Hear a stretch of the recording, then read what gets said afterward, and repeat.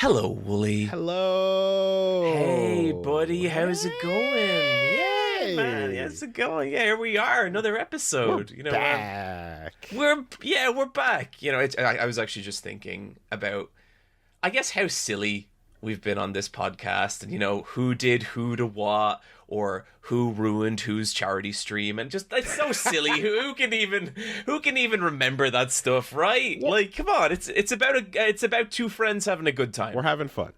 We're having fun. There's no deeply held animosity. There's no kind of simmering fucking malice from everything that's kind of happened. It's a podcast about recommending media, right? It is.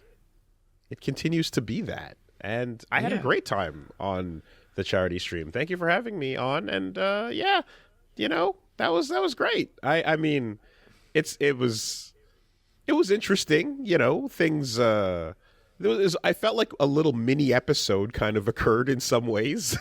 Yeah, there is absolutely a Lost versus Wolves episode in there. I would say maybe we got a little heated.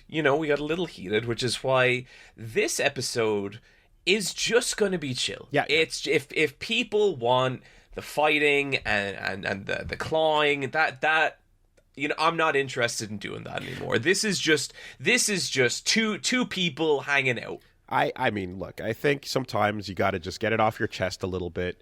You got a couple things you want to say, you say them, and then you go, all right, and then you work past it, and then it's all smiles. Yeah, and it doesn't matter how justifiable your anger is or how malicious the actions of the other person were. That's just the kind of stuff you got to let go. No matter how. Even if one party is genuinely trying to do a good thing, and the other party takes it as an opportunity to, I don't know, sabotage them or take something away from them. You forgot to call the anger righteous as well. I believe righteous was a word that it sounded like you were going to say, but you might have forgotten that one. Mm-hmm. That's why I love podcasting with you, Woolie. You always know what I'm thinking. I'm Eyepatch Wolf. I'm Woolie Versus. And we are Versus Wolves! Versus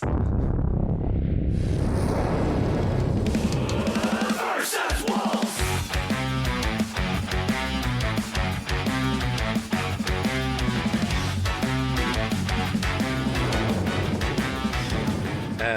So, Woolie, I don't know if you've ever had an experience like this, but I have a friend called Philippe, who I believe you met at my wedding.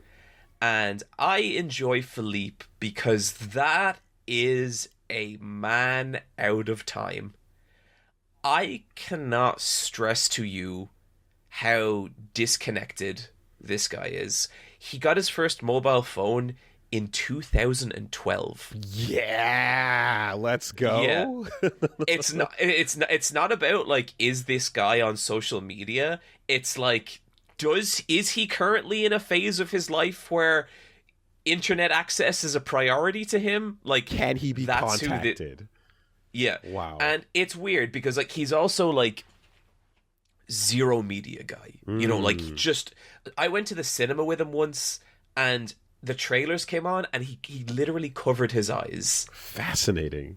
Huh. And I was like, why are you covering your eyes? He goes, I don't want to know anything about the movies before I see them. Oh yeah, and okay. I was like, but Philippe, like, you don't know what the movies are. Like, you don't know what you're missing, And he's like, yeah, I would rather just encounter them naturally. Like, that's who this dude is. And I always just find like a very fascinating person to kind of hang out with, and just unlike anyone else I know, and absolutely not a video game player, not an anime person, not into wrestling, just nothing like that. He's just IRL. He's just IRL. Like, that's that. Like, he will talk to you passionately about like a film he saw like 11 years ago, and he's maybe seen 8 films since then. That's an increasingly rarer person these days. That's incredible. Oh, he's a rare breed. So I want you to try and imagine my astonishment when I'm walking, I'm going for a walk with Philippe, and we're talking about soundtracks, and I mentioned the Silent Hill soundtrack, and he turns to me, he stops walking, and he goes, "John, I love Silent Hill." Wow. I was like, what the fuck? Like, it's not that he, like, the fact that he loved Silent Hill wasn't the shocking part. The shocking part was that he was in a situation where a console was present that he could play Silent Hill on. And then he goes, "Yeah, I recently got a PS3 and I played Silent Hill and I loved it." And my mind is fucking exploding. This is like if your mom turns around and just goes, "So I was practicing my block strings in Third Strike recently." Like, that's just real casually, that's you know. crazy. That's and crazy. I was like, wow. But something about what he said kind of stuck at me, and I was like, PS3. And I'm running the numbers. Yep. I'm running the, and then he goes, "Yeah, Silent Hill Homecoming."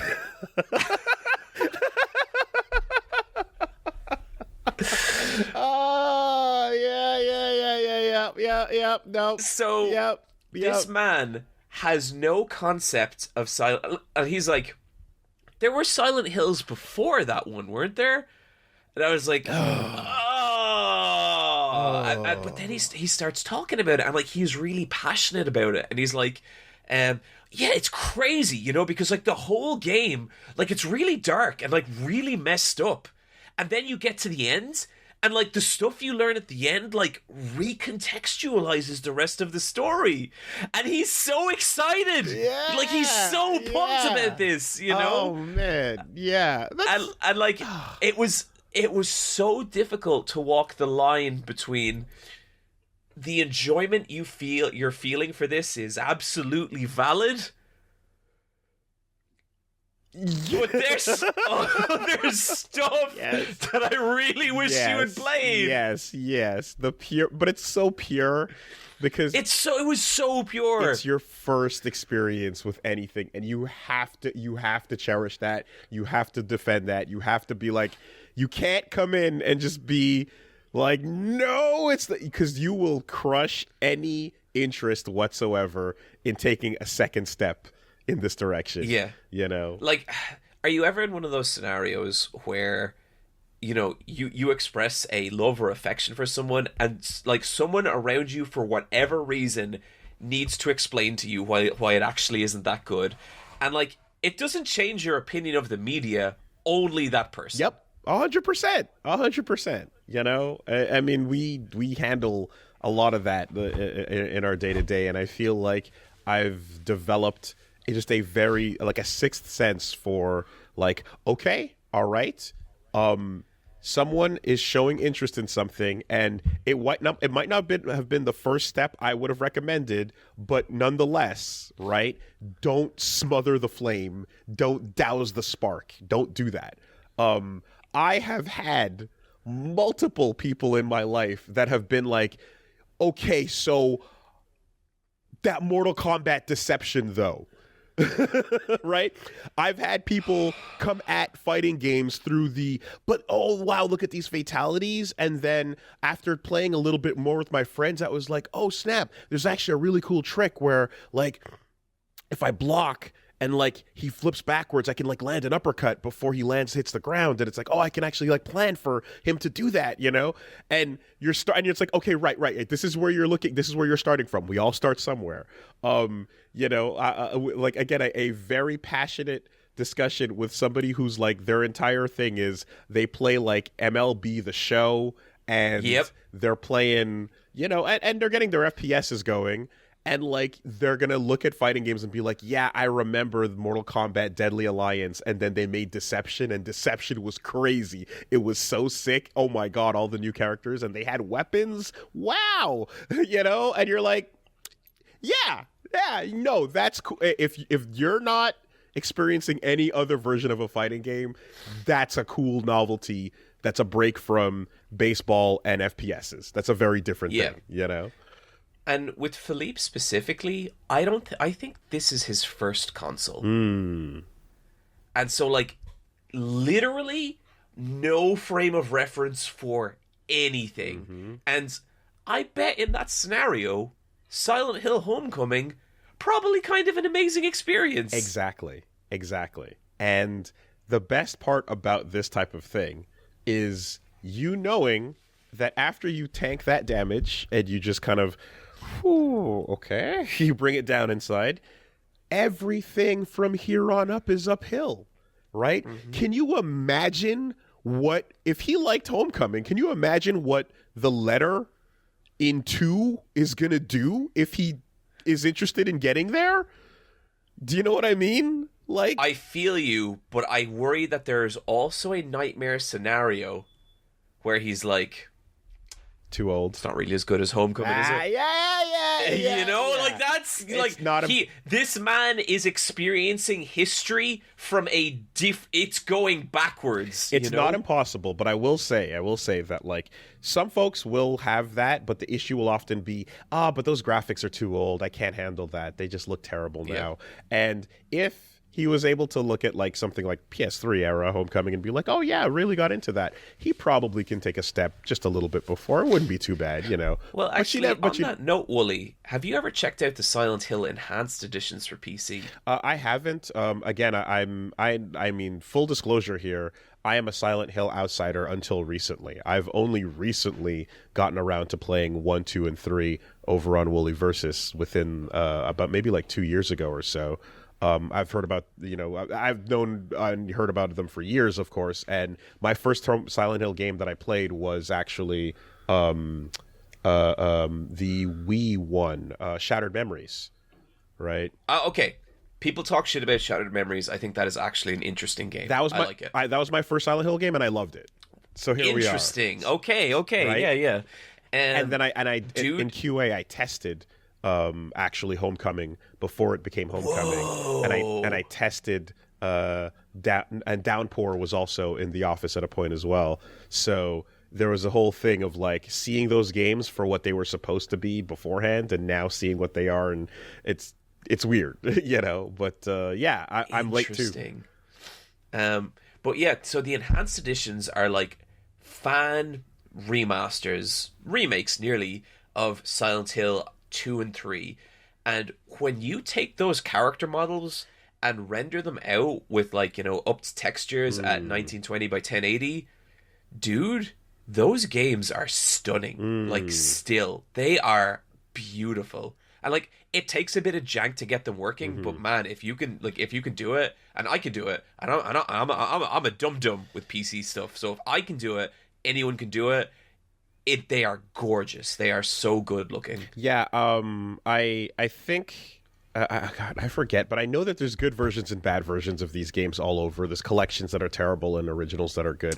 And I think I booted up like 1 and 2 that were just on PlayStation, and when I went to play 3, I like was accidentally going to boot up the PC one, because I think that was one of the worst or so. So the original PC one is garbage. People have fixed every part of it and like raised it up to an incredible standard now. That's it's also a very landmine franchise when it comes to which version is going to be worth taking a look at or so. But either way, you've got a delicate little, like, you need to protect the flower that is PHILIPPE here, and not even rush to recommend too much or anything. You want to be very careful about that. Don't overwhelm. Excuse me. Here's the other fascinating thing, right? He about 2 years ago decided he wanted to get into games, and so he found this place that basically will give you a PS2 with an external hard drive and just put 250 games onto it. I had never heard of this before. Some weird hack job. So what he did is he pulled up a list of every PS2 game and read articles and reviews on them all and narrowed it down to a list of 400 games. And so I was like, wow.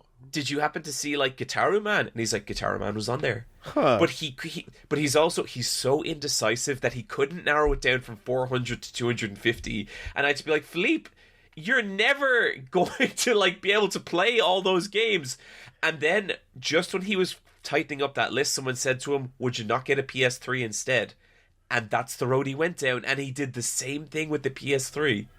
That's wild. I mean, it's interesting to be so outside media, but then when you decide to take a step in, you're going to do all your research, you know, you're going to learn everything about it. Dive, dude, right? Yeah. Like you're almost like, oh, well, if I were to go buy a car, I'd go learn everything about the car I was about to buy, you know? So why not? See, I think that's how he's approaching it. Yeah. Kick the tires, you know, find out how the model is and what's the recalls like. Let me contact the Better Business Bureau. You know, like... Wow. But yeah. Okay. Don't. It's been interesting guiding him. Yes, protect the little dandelion wisps in the wind. Do not and just like with that, encourage and eventually if you feel there's an opening, like, oh, if you like that, there's a really cool thing here, you know, maybe, and you can show some really cool, potentially at this point with this much like naivete, life-changing media. Yeah, I know. It's interesting though, because I nearly feel like I don't want to interfere too much. It's like a Star Trek thing, you know? It's For like, sure. Okay, he's finding his way, and like Silent Hill Homecoming, not what I would have recommended, but he has found Silent Hill. You know, he hit Silent Hill. And the interesting part is that like folks that are like that, oftentimes that are like, you know, they'll get a dumb phone, for example, which you can get now, which is like just cuts off all the smartphone features. You can take calls, you can make texts. That's it, right? I think he might have one of them. Right. So that's a deliberate choice. That's a deliberate way you want to live. And if you block it, you're not looking at trailers, you know, all that. It's a deliberate, you want to live a simple life that enjoys the things you do, and you don't want to get like you don't want to become not even terminally online, just online at all, right? That's a person who can feel from a distance that like the social media like anxiety is just a ghost that they don't want to deal with and all that stuff. So kudos, cheers, and applause to that. Usually that's also someone who might just like bounce off of a game like that or this type of media, but an interest being shown and like a passionate like, oh, that was actually really cool, means that it's like, oh no, wait, hold on, you know, you're not just like, I reject all this stuff and everything associated and I'm never gonna like it. It's like, I reject all this stuff, but if something makes its way in, oh shit, I'm into it. You know, that's interesting. That's really cool.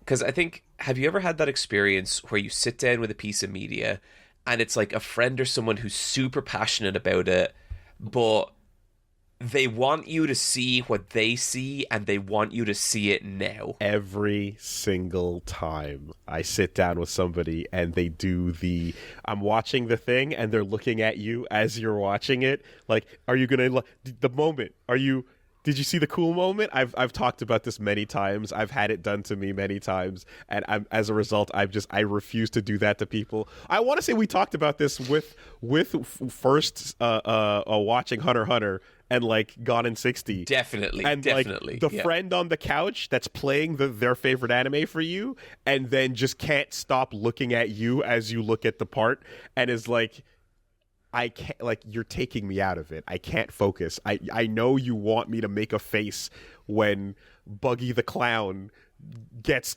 punched into the dirt. But famous Hunter x Hunter character, Buggy the Clown. You know? Like, but I'm just not, like, you're taking me out of it, man. It's weird. Stop. Yeah, absolutely. Like, it comes from a place of passion, but I remember one time I sat down with one of my cousins and he was really into, I can't even remember what it was. It was a platformer game for the Super Nintendo. And he like watched me play through the entire game, but he was like, go there, stand there, that's a secret wall. No, go back. The secret wall. Yeah, the shell into the wall.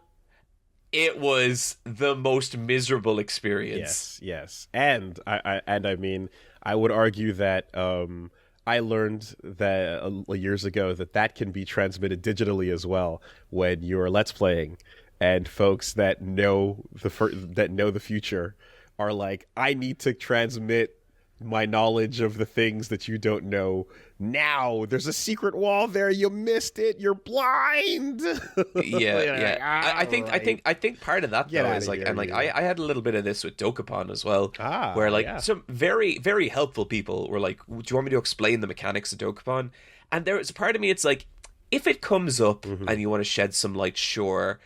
But I don't want to go into this with a guide. I want the fresh experience. I want to make mistakes. I want things to go wrong. And you want let's get messy, like Miss Frizzle, Magic School Bus. No, that's it. And certain games like that one certainly helps to have the right push, but not too much and such. And or I mean, again, I'll bring up a Souls game.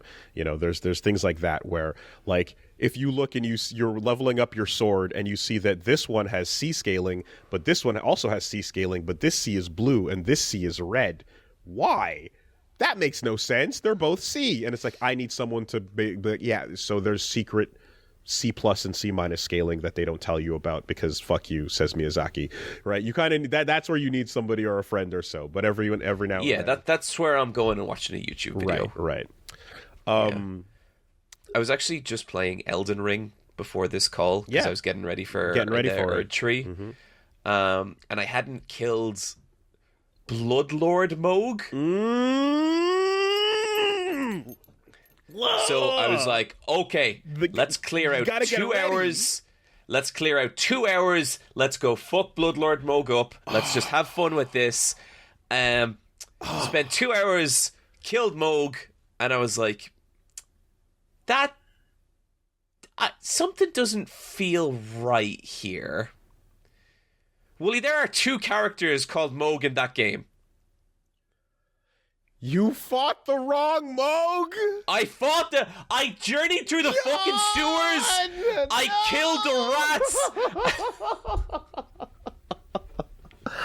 Oh no! Look, Elden Ring is Elden Ring is a masterpiece. It is a tremendous game. I have so much respect for it. No. Maybe a little more fucking variety in the names. Gwen, Gwendolyn, Guinevere, fucking whatever. Okay. Come on. All right, listen. You hired George R. R. Martin for this shit. Listen, all right. You are not wrong. There is an issue with every family in that game being named after G, R, or M. G, I wonder why those letters in particular. By the way, in case you didn't notice. Wow. Okay, I did not notice. The Godfreys, the Godfroys, right? The Radagons, the etc. The R family, and then the M family. G fucking R fucking M. But no. That's all a coincidence, says George R. R. Martin. Moog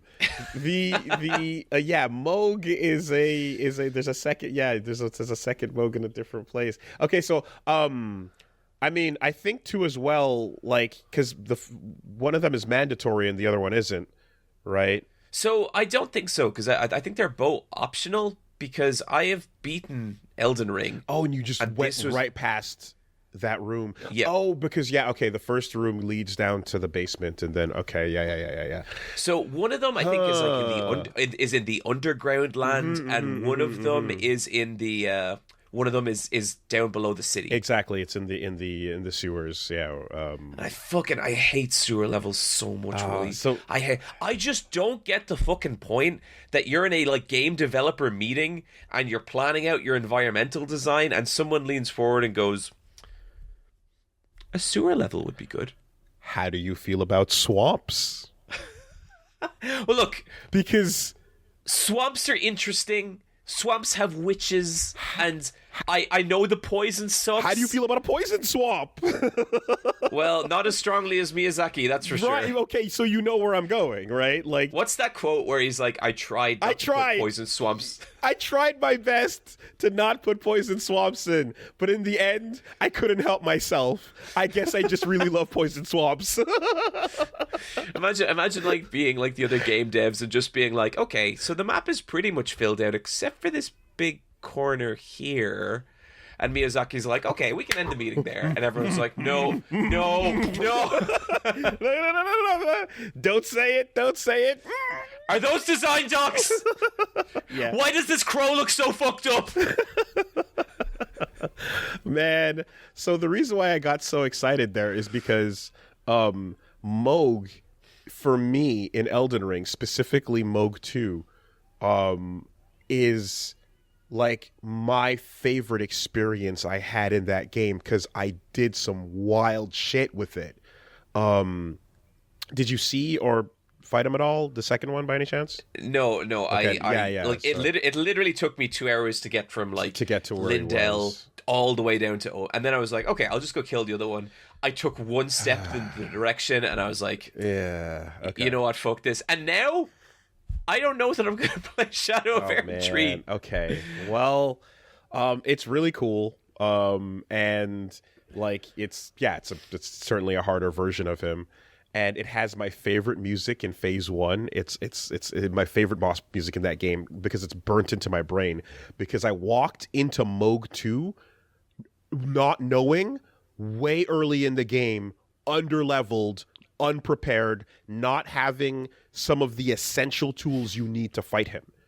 Oh, okay. There are literal things you need to get to fight him, and you have to be leveled up and ready to handle what he does. Because I did find like Moog's shackle or something like that. Okay. So there's some stuff to it. But when I went in and like I basically had my skates on and I had my fists, and I'm like I'm gonna have my step and I'm gonna punch, and I want to build that's all about basically moving and Dempsey rolling around my enemies and like going in and backing off. And it's not the way to play against certain enemies in this game. It's not the like in a world where you can just take your giant Kamehameha beams or your Judgment Cut Virgil swords, getting in there with your fists and shit is really hard. So I decided to just do a ridiculous thing, and I sat there all day fighting Moog 2 underleveled until I did it.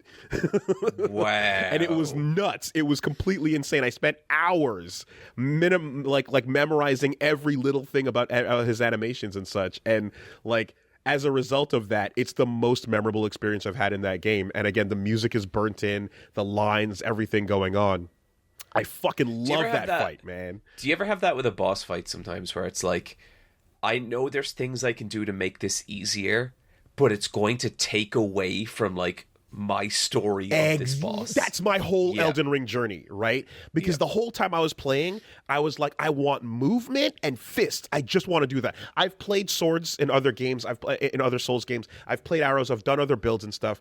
And like the amount of people that were like, no, you're doing it wrong. Stop using those. And I'm like, I don't care. I want to do what feels good for my character, and this is the story I want. And like overcoming this insane mountain of a task super early proved to me for myself that I can go through the rest of the game with this build and do it. You know? Well, look, it's like Joseph Anderson has a real good quote where he says, I think it's in his Elden Ring video, and he says like, what is the best way to play this game? And he's like, well, it's simple. It's the way you get the most enjoyment from. And I wish people could just be cool with that, you know? That's very key. So simple, but so true.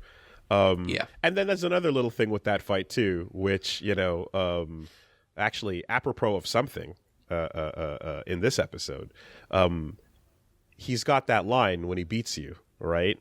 I think he says it in both, but I'm not sure. But he says, Miquella is mine and mine alone. Is what he says when he kills you, right? That's pretty cool. And that's a line that's like, hold on a minute.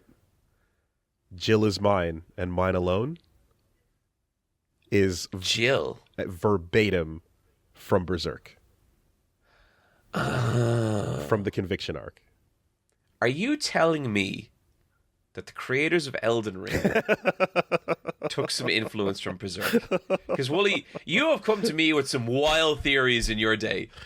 Like a drop of water, you'll simply dissolve, becoming no more than another swell in an ocean of Dark Souls. Volume fucking 1, right? Oh, yeah. Man. So, but before we get there, two little things. One, to our patrons, the most recent Intermission Lounge has gone up about 2 weeks ago. It's interesting doing a Patreon podcast because you can kind of tell the stories that you would never want spread among a wider population. Yes, you can keep that shit contained. Yep. Absolutely. But patreon.com/Versus Wolves podcast. Go check us out if you are interested in more of what we do here. And, but as we say, we put our weapons at the door. And we have a drink, we chill, we answer some questions, and we talk about some awesome media. That's a good place to come hang out and and listen along. If you maybe get that mid-month hunger and you're like, I need me some more Versus Wolves. Well, buddy, we got the solution. Patreon.com/Versus Wolves podcast. That's correct. We in fact, the latest episode was, besides answering some questions, we also talked about the first Slam Dunk. An An incredible movie. Super good. Oh, man, what a pop.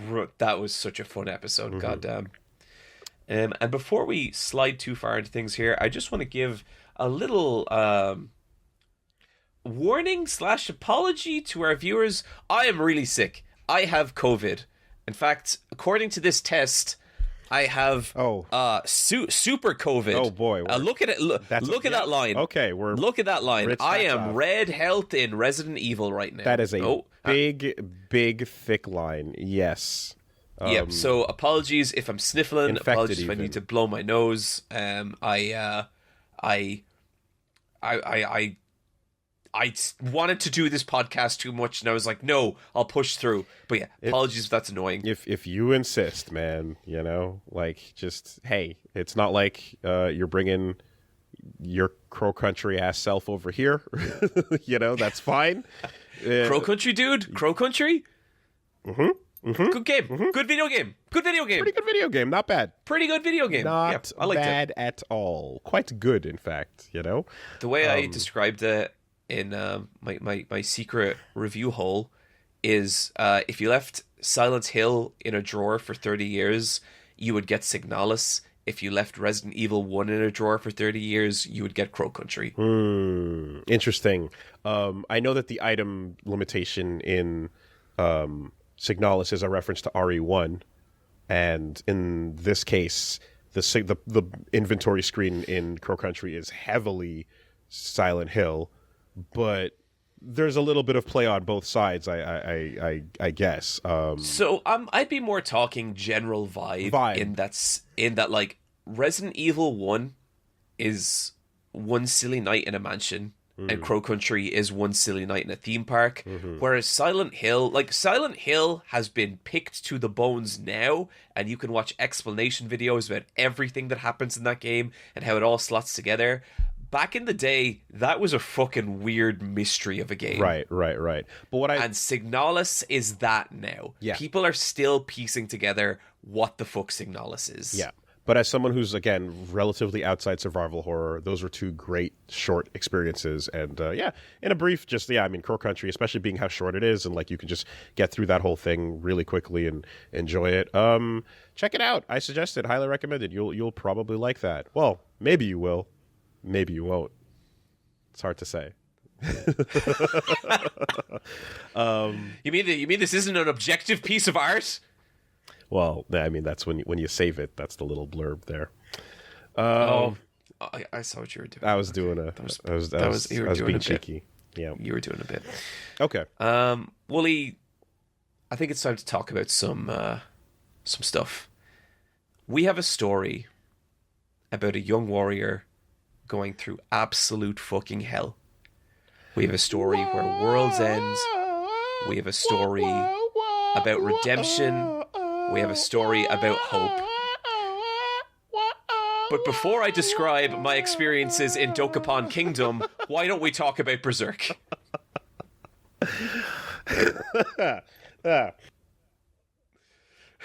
Hello. So, Wooly, I had people sending me screen grabs of your shelf as the plastic was coming off the books. Okay, so the funny part about that is I caught that because Fox mentioned, he's like, by the way, people are screen capping those books, and the thing is I realized nice and early on, for the record, that sitting there flipping is not going to be as efficient as just getting it and scrolling through it, digitally, because a lighting situation late at night, in the morning, turn, etc., versus a mouse wheel scroll and just go, it's much better. So I was reading it digitally. But I kind of figured. Yes, but I did go and open up certain pages to go see what they looked like in print, to kind of catch for certain moments. I was like, oh, I want to see what that looks like in my hand, But yes, I did go through it. So some of that tech for looking at the shelf to see where we were at might have not given you the accurate information you were looking for.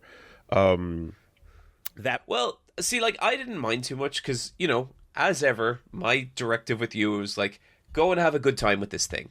I don't want to put too much importance about getting to X point. I just want you to have the best shot with this thing that you can. Yeah. Now, sometimes, for some reasons, you put bizarre parameters on those challenges, but I mean, it's not a big deal. It's cool. It's fine. Okay, well, so I mean, look, I don't know what volume the line you mentioned was, but that was your break point, right? Yeah. And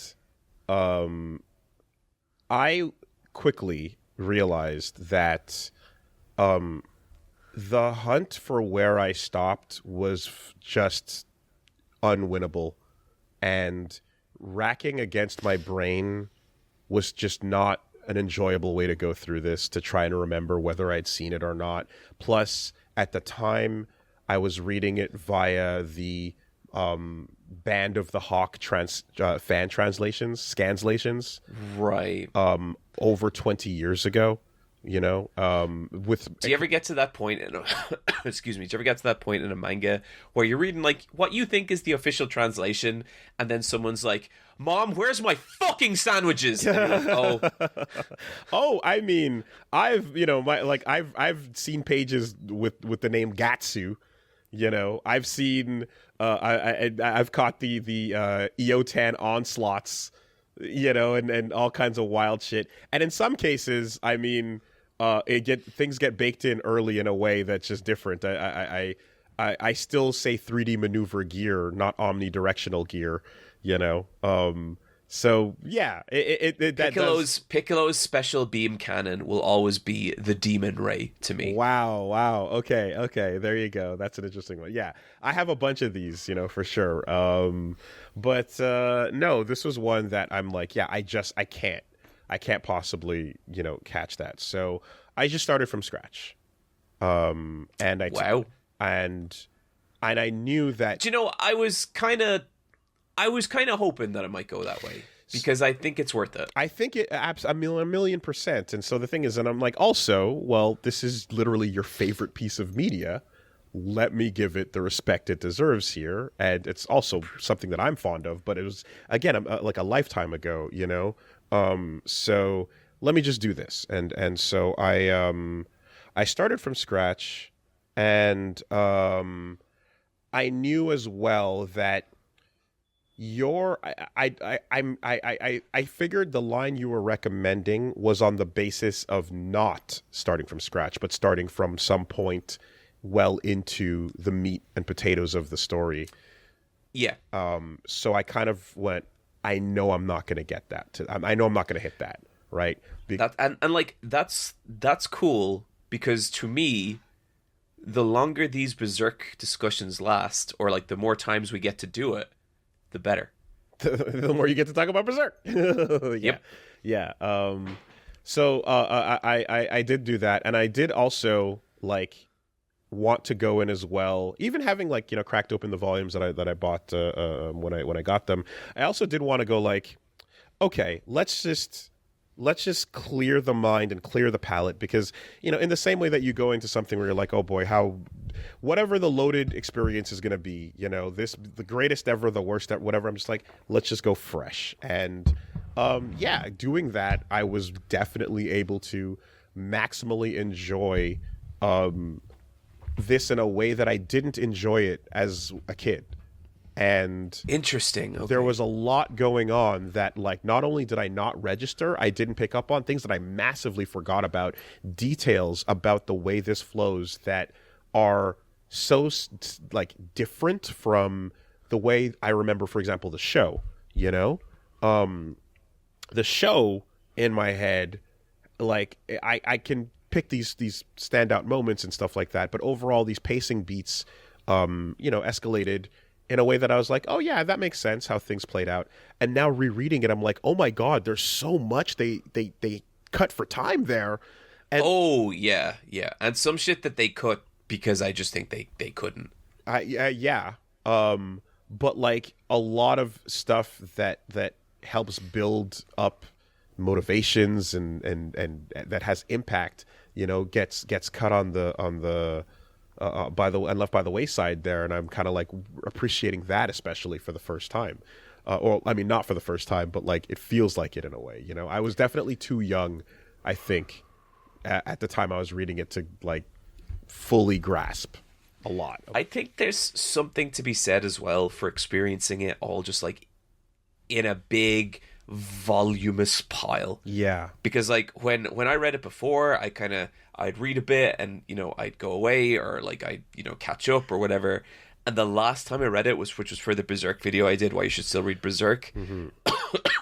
I basically had a week where I was like, my job this week is to read all of Berserk and take notes on it, which I promise is not actually as easy as it sounds, because it's like you're constantly looking to make the connections and all this kind of shit.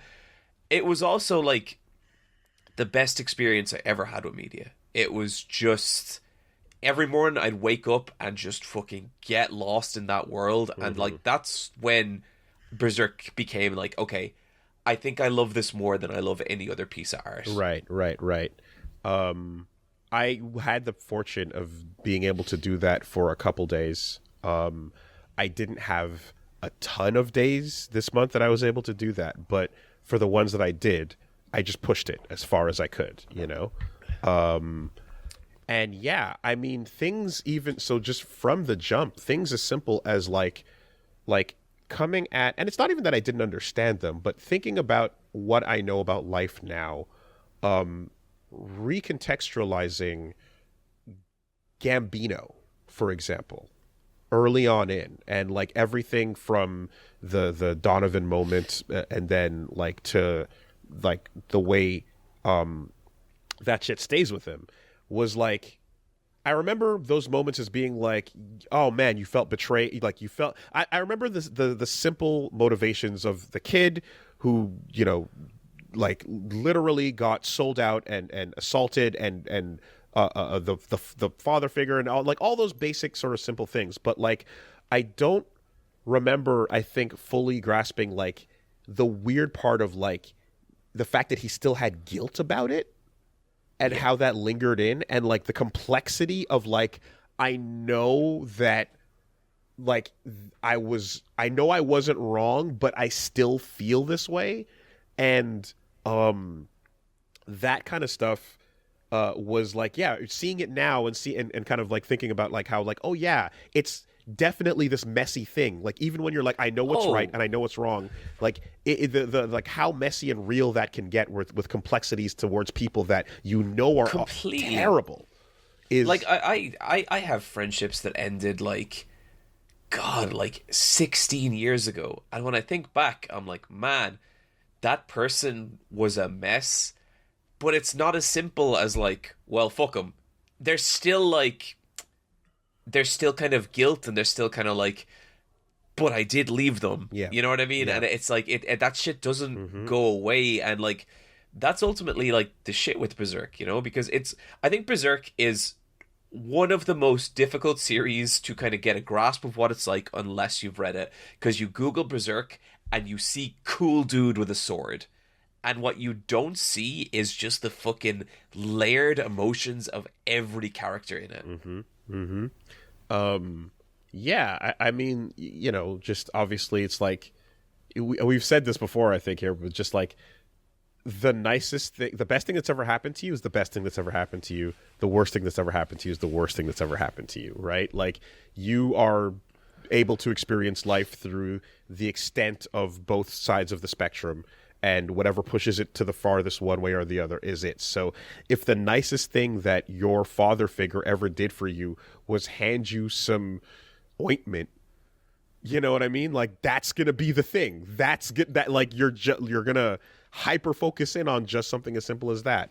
But yeah, I think all this to say as well that, like, and I think too as well, even when I was reading it back when back in the day years ago, I felt like I was also trying to, like, race to kind of catch up to something even then. So I might have been going through it a bit too quickly as well with the scanslations. But in any case, I appreciate a lot of that stuff more. I appreciate the, like, the moments of, like, his life that are punctuated by looking up at the stars and what that means. Every time we just lay in a field and take a second to reset, and take that shit in. Looking at it now and again, having a little more experience and a little more life that I've lived and stuff, it feels like, it feels more human than I think I understood at the time, So that's just Guts in general. Not to mention, of course, getting more of his internal monologue than you otherwise would, in the show and such. Something else that really gets improved in the pacing going through the beginning volumes is, like, the pace at which they kind of slowly introduce otherworldly things is way more gradual in the manga, right? Like, there's always that, like, love, there's always that the other world, the demon world, things like that are exceeding beyond human comprehension. But so much of the Golden Age is just founded in the politics of very human things that those little bits and pieces are, like, like they can. I feel like my memory in the show was that, like, you had the first episode and then you had almost nothing, and then the weirdness of the Behelit being around, as the intro tells you, and then you get Zod. And that, you know what I mean? And that's your wall of, like, what the fuck is this? Guts walks into a cave and a giant naked muscle man is in there, and then it transforms into a gargoyle thing, and it's just... It's mad, because my first intro to Berserk was I went to a marathon that played the first two Berserk movies. Okay. Oh, much later. The 3D movies, Yep.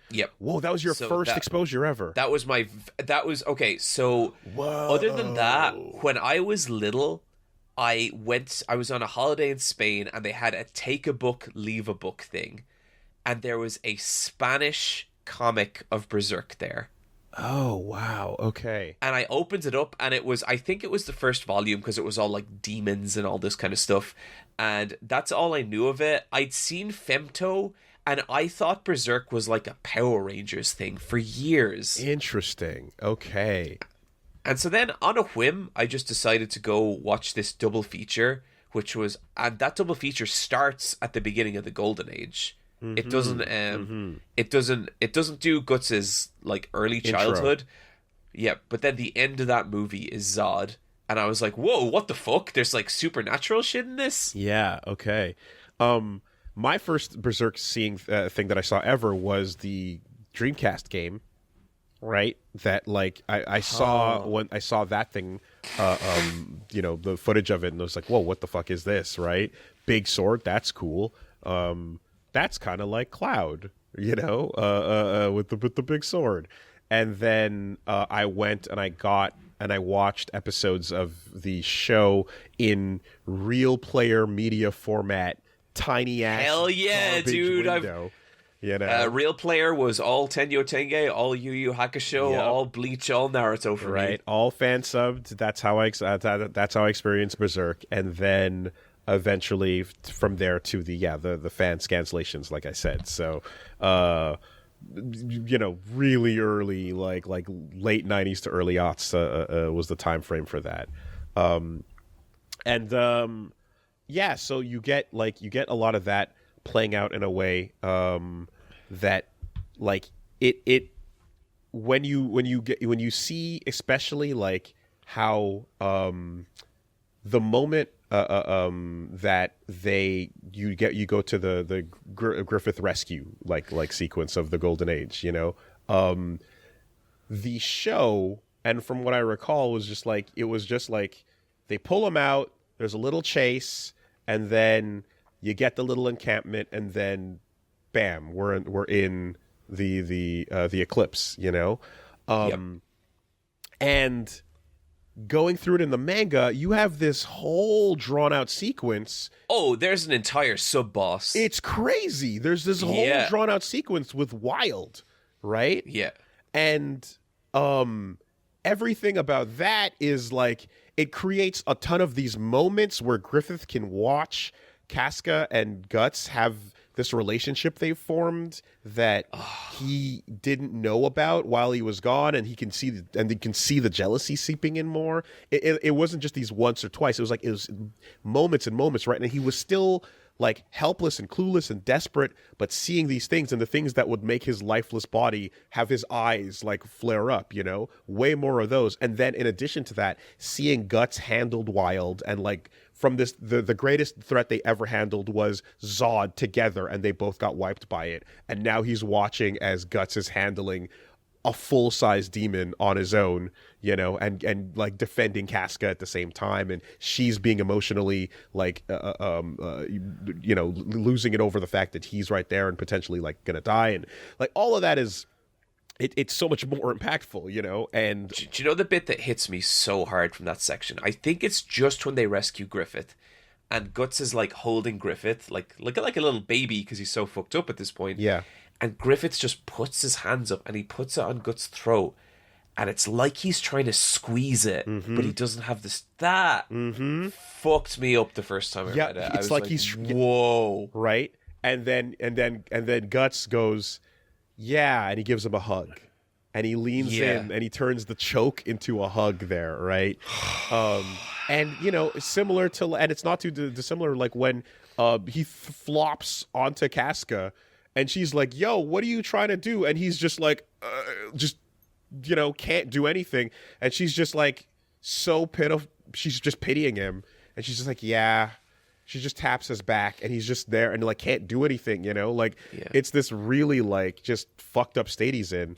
The bit where Guts puts his armor on Griffith. Yeah. And he's like, we're just like two warriors. And like, I think they just maybe show one panel of Griffith's eyes, and you can see to Guts, this is this act of just love, and it's going to be okay, buddy, you're still who you are, and all.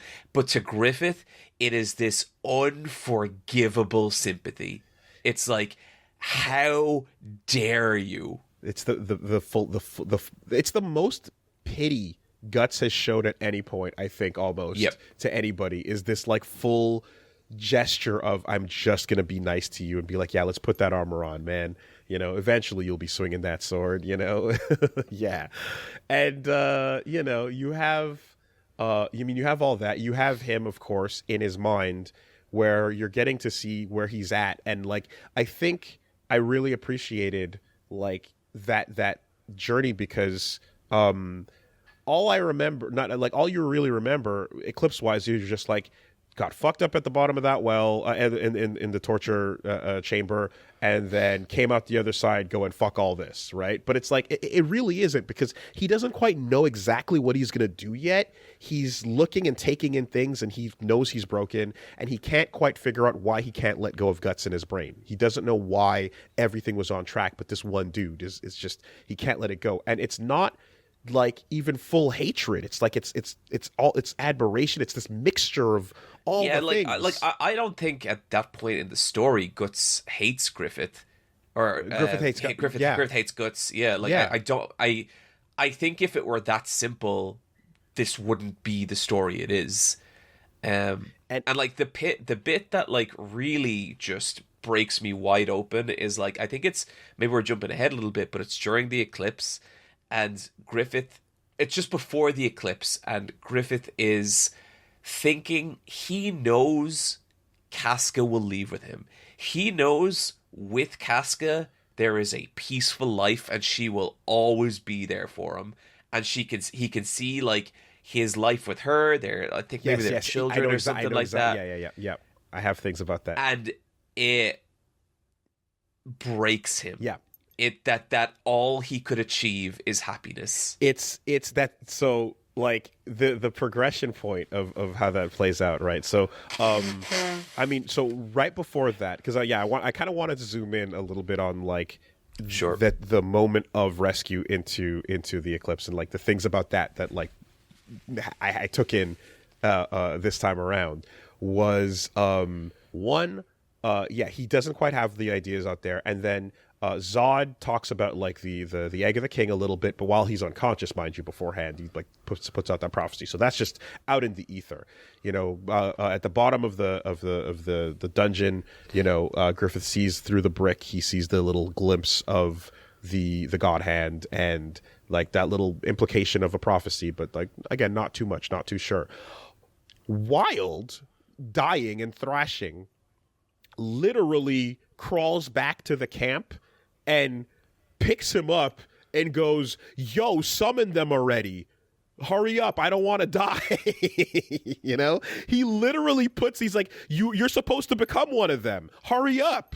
And he literally just tells him to become Femto, And at that point, it's like, oh, that concept wasn't even fully... What? No, I was like, yeah, where did that come? It's like, oh, the dude's just putting it in, he's putting that out there in the ether, putting the energy in there and telling him what to do there, So like that straight up creates a bullet point of like, what? And everyone's like, huh? And Griffith is confused, but now that's a bullet point, And then when they do get away, I mean, well, Jesus Christ, like, of all the insane violence, gore, butchery, etc., the Wild his entire existence in that manga is the most insane, dark, horrible, fucked up shit the entire time, and like, oh, he's the worst. He's just awful. I can't believe like how much worse than all other things but you know what I mean? Like, he's really just like the most wretched, and that being absent from the show is not surprising, certainly, to throw in between two episodes. Yeah, you didn't just... Anyway. I think the new Berserk anime that is an kind of... Not the 2016. Adaptation of not the 2016 one.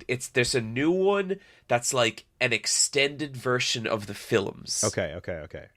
I think that one might have Wild. I could be wrong about that. Okay. But so, yeah, and then the thing where, they do get away, and you have them, the remnants of the Hawk are trying to figure it out, and, Guts stands up to chew him out, and tell him to finish their fight, and then Casca stops him, and they have their talk. They walk next to, the tent, and yeah, Griffith overhears basically just the pity. He overhears they're in love. He sees it. He knows. He overhears they're supposed to leave together, and then Judo and the rest will take care of Griffith. He overhears that she's like, I actually can't leave him because I'm too invested and indebted, and I'm sorry, Guts, and like, he's just like, it's every arc in Fast Forward in one conversation is what he's overhearing, and it's like, you're the most nothing. Like, you're now an active detriment to the people that once looked up to you. You're so far beneath them that they're throwing their paths, their lives, their dreams askew just to coddle you. You couldn't be any further inverted from where you were, and that's the moment of supreme desperation where, he gets up, rides the carriage out, and then it crashes, and he soars through the air, like a hawk, and then lands and breaks his wing, looks at it, and has a voiceless laugh, and it's such a fucking great... It's like, he's like, look at this shit, Remember, I heard a while ago, and I don't remember where I heard this, but it's like, the cruelest thing you can do to a person is take away the image of who they think they are. Yeah. And that's like the big thing with Griffith in every one of these scenes. It's like you just watch everything he has been in the story disintegrate, and for a stupid fucking reason. And the thing that is like when like that as that moment that I was just describing, that's the point right where you go into this vision he has in his head of like another world where again I can settle for a happy quiet life with Casca, my wife, and here's my kid Guts, and here's my other kid Judo, and like they're just it's just again just settling, you know, and she goes to feed him the spoon, and then the fucking Behilip pops out of it, right? Like that's where it's just like you're so far off, man. You're not even remotely resembling anything that you once were. And it's pity is, yeah, it's worse than feeling hatred or nothing, you know, at that point. I think something that happens right there that I didn't understand it when I saw it, you know, years ago and stuff. I mean, I got it, but it didn't have the impact of it. Is there's the woods sticking out of the water, and right when he has that laugh and he sees the broken wing, he just looks and then goes to put his neck on it. Yeah, dude, that bit is rough. So the way it plays out in the show is he just kind of, it's there sticking out, and he just kind of looks and then just kind of does this, and then it just pops out the side, and then he's bleeding, and then he looks down, and then it's in his hand, right? The Behilip's in his hand. And it happens so suddenly, and the pacing of it is like, it's kind of just like he falls, and it's almost like he just kind of falls onto it and cuts himself, and then the rest plays out. When you're reading it by panel, you can see the moment stopped, zoomed in on, he lines it up with the middle of his throat at his trachea, and like presses in and draws blood, and it goes to his eyes as he's like, I'm going to end it right now. And like you have all that slower desperation, and then at the last second he moves aside and scrapes the side of his neck because he's like, I'm not gonna do it, you know. Yeah. This is something that like this is one of the reasons Berserk is so hard to adapt, because like Miura is like, he's such a fucking master of this shit, you know? Like he is elite level mangaka, and the way he takes you through those moments, like they are so difficult to recreate in a medium where time is not subjective, like anime, you know, animation, where time is objective, time is a flow, the pace of it dictates how long you spend on everything. Mm-hmm. What I will say though, have you ever seen the films for Berserk? I have. Yes, I remember watching them at a party. Yeah. I would say like there's bits they do really well, there's bits they don't do well. This bit is actually fantastic in the third movie. Okay. Yeah, I'd love to go back and compare with the fullest notes in my brain to see how that plays out, because yeah, I just felt it was like, oh, that moment didn't have the gravity at all from what I remember, you know. And then here you get all that, you know. So in the actual eclipse, you know, even as the whole process is unfolding, like he's still not sure, you know. He's still like, it's happening, it's going on around him, and he's still fighting against it. He's still having that moment of like, you know, I kind of want to do this, but I'm not sure what's going on. And then when Guts is racing towards him, he's like, get away from me, because like he knows like you're the one that like always throws me off, and like he's not going to have the resolve if Guts actually pulls him out of it, you know. So he's like panicking and being like, no, I don't want you to come and remind me of everything that we had and what we are. When you're going through the actual the quickening, right, you don't, so in the show you kind of have that moment of like the Behilits in the ocean that they drop past him, and he goes into the egg form, and then he hatches.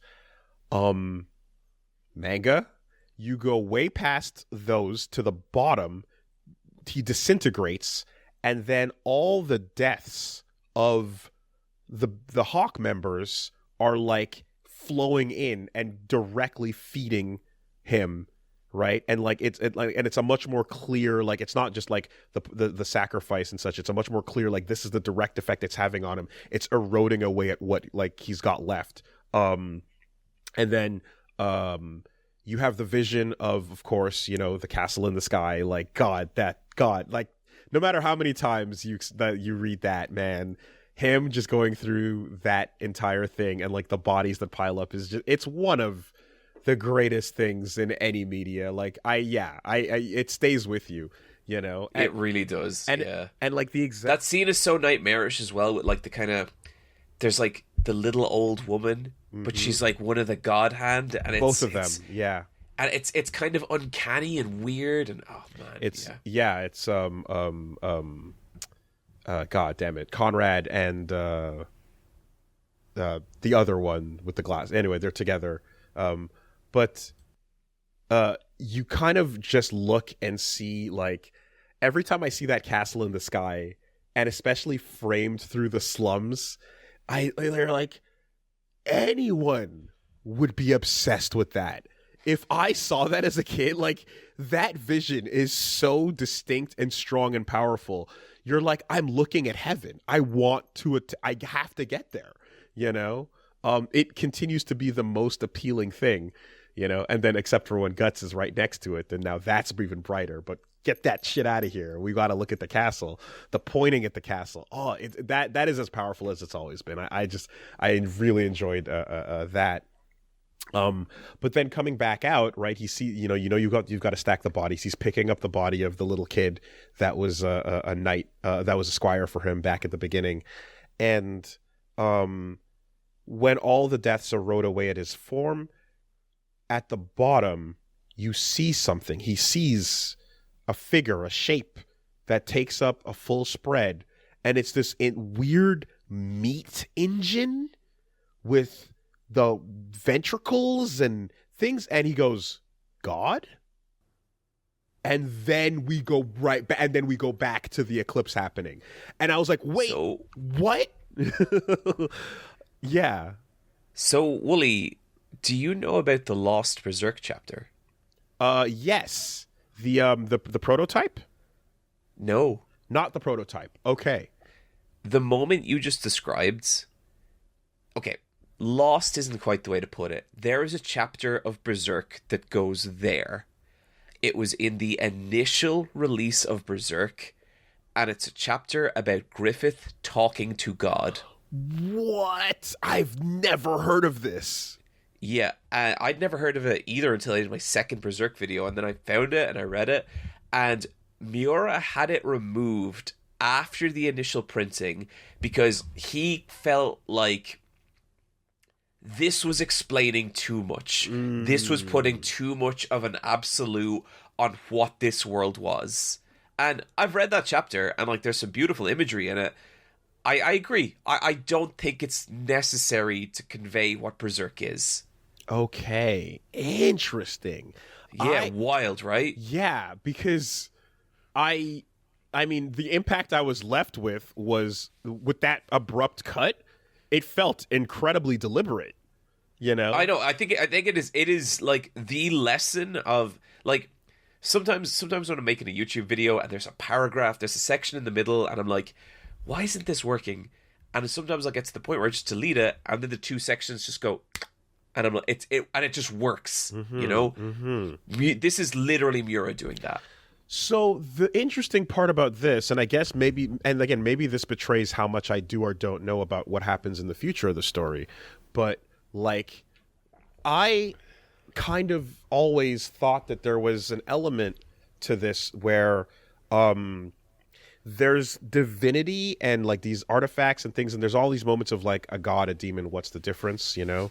Yeah. And the God Hand themselves are like, we're not gods. We're not omniscient. They say those things, right? And there's always this feeling of like, oh yeah, the apostles are humans that behelited their way into what they are. And the God Hand egg of the king their way into these positions. And there's a little bit of a, like, this seems like the nature of the way the world works, but there's an artificiality to all the evil in a way that makes it so that, like, Guts can and does overcome these things, and they're not actually what they project themselves to be, you know? And so, like, maybe I'm just off on that, but, like, the idea of, like, you know, it's like, again, like, how do we get one of these overseers, these lords, or these angels, you know, is you take a human and you destiny and causality hack them into being something bigger and stronger till they're standing on that hand, on the fingers, lording over everything. But there's a process there that is, like, not the same as, and in the beginning, God did this, and then the beings came into being, and that's all they ever were, was just this intent that was divine and perfect in a way. You know, there's a little something, like, something that you can see the steps of how they built up to become what they are, means you can kill it. You know? Yeah. So that always kind of floated around. So the idea, when I got to this part, and I'm like, wait, the process of going through this kind of insane, artificial, sacrificial, demonic ritual, not artificial because it's real, but the fact that it leads back to God was like a, whoa, there's an actual thing here that is at the basis of the rules and laws, that has an opinion and or something to say to the newest member here. You know, that was such a wild, like, the process of becoming Femto, he did get to, you know, again, the basis of the world, the rules of everything that exists. And yeah, I don't know what that conversation must be, but the implication there was like, that was a huge one for me. And then just like, turn the page, we never see it again. Never mind. You know? Yep. I'm interested to now go back and see what that was supposed to be, because I like the abruptness of, like, just how weird and crazy that is. That's the version of the story I prefer. Yeah. But of course, you know, the knowledge hungry, you know, scraping, you're like, oh, but knowing a little bit more, almost like with Souls, where you're like, oh, if we hack the game and go into the code, we can find out what the true motivations are for this character, or what, you know, what Solaire looks like under the helmet, you know. So that was a very strong moment, you know, in the Eclipse. When he finally, you know, makes his decision, and Void is just talking through the whole process and laying it all out for everybody within earshot, you know, the part where he never catch the full sentence, you just get the end of Griffith saying "sacrifice," right? It's just the end, and like, there's to the point where they're like, he'd never do that, he wouldn't say that, why would he? And it's like, he basically just, it gets broken to that point, you know. And yeah, it was just way more interesting to kind of see him gradually get dragged there, kind of fighting it a little bit every step of the way, because everything that comes afterwards is so decisively, insanely evil. It's so brutal. It's so like, oh, there was never any other way. You know, it feels like everything he can do, everything you can do to just annihilate someone's life and destroy them in every possible way, is everything about how the rest of that story plays out. But but the fact that he crossed the finish line just barely, versus what I kind of felt was from my memories in the show, which is like that year of torture had him ready to run, to sprint past the finish line. But yeah, no, you're totally right in that, like, that in between part where he's looking at Casca and Guts and being like, what the fuck? That's the final ingredients. It's wild, you know, these little moments that, domino effects, you know, like little things like the relationship between Casca and Guts changing and like, there's always these dominoes. Of course, the speech that Guts hears, you know, that's also something too. Like, I don't know that Griffith picks up on the full extent of like what Casca's referring to when he says, "Do you remember that night?"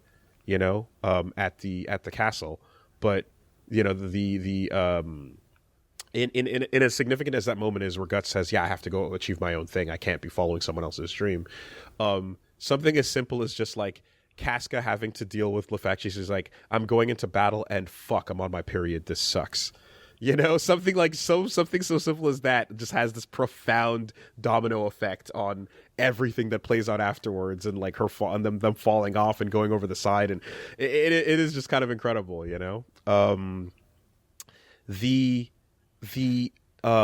thing that Griffith says right before that point in his head too, before he sacrifices, is like he thinks of Guts, the one thing that's always taken away. That's the one thing that's made him lose sight of his dream, and he says, "I'll never again with you," you know. And it's interesting because I'm like, that's one of those things where translation wise, I'm sure they did such a very particular job. I'm curious what exactly the implication of that one is. It seems almost as if there's still some kind of longing or something there, but I don't know. I'm gonna have to just reserve that for future interpretation. Shout outs to your Behelit jump scares. I mean, that photo is classic, and you know, you the turn page to the full screen is always going to be such a hype pop off every time. Mm-hmm. Side note here, Ryu and Akuma are just Guts and Zod, right? Yeah, this is 100%. No, they've been very open before that Zod the Immortal is the inspiration for Akuma. I mean, it's so nuts, dead on. It's wild, and I've always had it in my brain, and I don't know that like I've caught the So I'm just like, okay, just underlining, because I'm like, I feel like I don't remember reading about that being the case, but it feels so on point. Oh, I have read that a couple of times. Okay, yeah. Yeah. Anyway, you know, just everything about, you know, I remember Judo being like the fucking greatest, and I'm like, what was it besides him being just a really cool guy? You know, what was it? And I was like, oh yeah, it's that right before the end, not the final words, but like that final moment of like when Casca's giving up, and he's like, struggle some more, and when you're done, keep struggling, you know, like that. There's no fighting just to die. I'm like, that's what it was that made me go, fuck, this dude is the best, you know. He's a moment as well where he's like looking at Casca, and he's kind of like, fuck, I did love her. Yeah. Have something. Man, his eyes are closing, and he's like, oh man, I guess shit, I didn't have time to say the thing that mattered the most. Oh wait, are these my last words? And he goes, boy, you sure do cry a lot, huh? And he's like, God damn, those were lame last words. I thought I was smoother than that. Like, yeah, exactly. I was like, right, that's what that shit was, you know.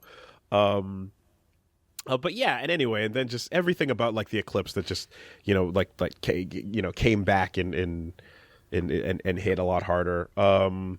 There's, again, I still have I can't blame the show and such about like, how do you introduce Skull Knight? How do you even remotely approach what that is and the role that plays? You can't. You don't have the time. I get it, you know. But the just playing and then just going into like, you know, the arc afterwards into the conviction and the introduction of the stuff going on there. Little bits like the bleeding brand in between panels to show you when it's nighttime is such a fucking sick, nice touch, you know? Like, I don't know that, I mean, that's something that I'm like, this is the medium we're using, right? We're using manga, we're turning pages. Between this panel and this panel, there's a brand, and right here, there's blood dripping out. You know exactly what that means. I love little shit like that, you know? Yeah, totally. Yeah, so anyways, I basically was able to make it 16 volumes in.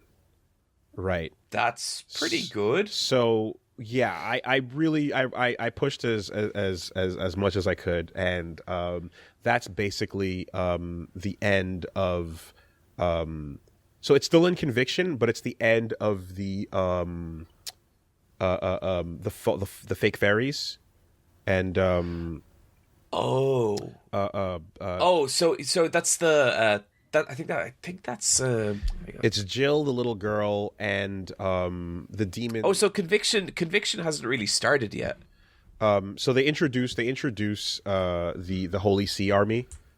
They introduce them, and they basically he deals with like the town with again, I forgot her name, but the little fake fairy that you see at the beginning of the eclipse, yeah. Anyway, you kind of get that, and of course you get your awesome fucking cannon spin blasts. So fucking cool! What a special move, that is. But that's basically where it is. Like I got to the end of volume 16. Okay, that's a good break point, because I think that arc, the fairy children arc, like that's kind of the story creaking back into motion. And like, man, I love some of the drawings in that, because they make Guts look like what he is, like an absolute fucking monster at this point. Like the hatred inside, right? Like, yeah, that's where we fully start to see exactly. You start to see the beast, you start to see the like all those moments of him from that gets so beautifully animated in certain things in games as well. Every time you see like the single eye, all silhouette, like that shit looks fucking dope. And so okay, Woolie, little sidebar. Which of the Berserk games have you played? I played sort of the Berserk, Guts Rage, and Dreamcast. Give me consoles here. Dreamcast. And then I didn't play, but I remember watching the PlayStation 1 that came afterwards, which was the with the crazy sword body physics. So I played that for the last video I did. That game feels good. Does it? Like, yeah. that I was really surprised at the quality of that game, and the more I looked into it, the more people were kind of saying, "Oh yeah, that game's legit. Like, that game's really cool." Okay.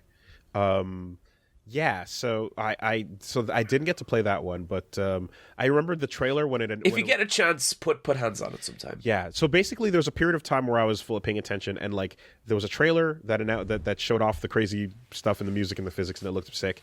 And then like it wasn't available in English yet, and then like by the time it did, I think I was not keeping up anymore, and then I played just the beginning of Muso, right? Oh yeah, I played a bit of that. Yeah, so it was really just the first little bit, because there was like a video that we did for it back in the day, and so that's kind of my Berserk game experience, and my like the frustration of the end of the Dreamcast game still is inside. Because the entire final sequence of that, from Zod on to the finale, you cannot save, and it's insanely stupid hard. Oh shit! Okay, and the that is not an easy game either. It's really rough, and you don't get resources, and you can't fucking like. Sometimes combat is weird and janky. You only get one cannon shot. Shit does not replenish. It's just brutal as you hit that last hour or so, almost without being able to save. It feels like. But yeah, so Queen was the name of the demon that you deal with. Originally, Rosine. Anyway, so all that was basically my best efforts, and yes, I did go open up those volumes to go see what those pages look like in print. And okay, so I have a couple of questions. Well, I guess go ahead. Well, I just wanted to know, do you know where the line you were thinking of was? You got a long way to go, buddy. Yeah, so are you talking about a volume in the 30s, in the 20s? I would say 40s? 30s at least. I can find you the exact volume if you want. It's mid-30s, yeah, okay. So you were probably assuming I was going to pick back up post Eclipse and or somewhere after that and go. But yeah, and I think I might have been able to, you know, like if I started with say volume 13, which is your Eclipse, then I would have gone to like perhaps 30 or so. If okay, yeah, I think from here, keep going, but it's not your main assignments because you will have a main assignments. Oh, keep reading Berserk, you say. Damn, what a chore. Yeah. Yeah, absolutely. I've been needing to get to this for so many years, and I felt like such an idiot for dropping off. And, you know, again, enough boat memes have flown by me, you know. And So, Woolie, you're going to get to the boat, and you're going to finish the boat, and you're going to be like, that was it? Yeah, no. Because I know you're not experiencing the same thing. But I did experience in the time okay, gap gotcha. when people were like, "We're still on the fucking boat." I remember people yelling about that specifically. What I unfortunately have had as well is over-eager folks that can't contain themselves have done things like sending me like, "Holy shit, have you seen the latest chapter?" and then posting the image in a tweet at me. And it's like, you're the worst. I don't care if this came from a place of, anyway. It was I get awful. I get so you. that sucked. But regardless, yeah. I don't know how many messages I got last week about, holy shit, did you read the new Chainsaw Man? Exactly. Yeah. Right. Yep.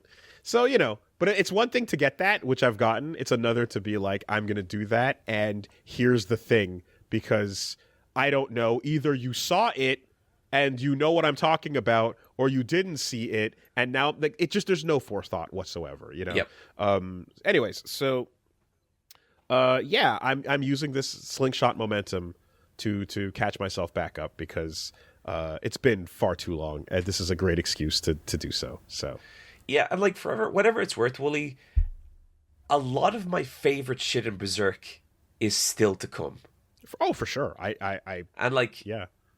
To me, like, this is the point where, like, some people say, like, oh, Berserk gets bad after the Golden Age, which to me is the most fucking insane thing I've ever heard. Like, to me, tutorial over, now Berserk begins. And the thing is that, like, I understand where, like, because that perspective happens in some shows or some stories where, like, you have the good old days are awesome, and then when you get back to the present is less compelling. I think one of the standouts for that, for example, is Gungrave, the Yasuhiro Naito Trigun follow-up, you know, in a way. I have never watched Gungrave. Okay, Gungrave is a real goofy, silly, fun time, but it's a great example of, like, literally Berserk formula storytelling of first episode, right? Wild, crazy shit happening as the cowboy zombie man is shooting up all the Frankensteins. And then we cut back to the past and follow this really fun, interesting mafia story. And we follow it all the way till we get back to where we stopped. And once you're back, you're like, damn, I want to stick in the mafia world, actually. I was super down with that. You know, this cowboy hat's fun and all, but yeah. So here's the thing. I remember when I saw Griffith first at the end of that second movie, I was like kind of horrified because I was like, I don't think Griffith's getting better from this. You know, because like they go like, oh, his ligaments are cut. And it's like, oh, what? And I was like, okay, but how is Griffith gonna... How are we going to keep going on Berserk adventures? Because that's what Berserk's about, right? What an interesting way to experience the story. Like you were going to go on more fun Eagle adventures, more Band of the Hawk. Okay, and the realization that was never happening again was devastating. I got that in a different way, right? I got that because of the way the show presents it. The first episode of the show is, you know, him dealing with the Viscount, right?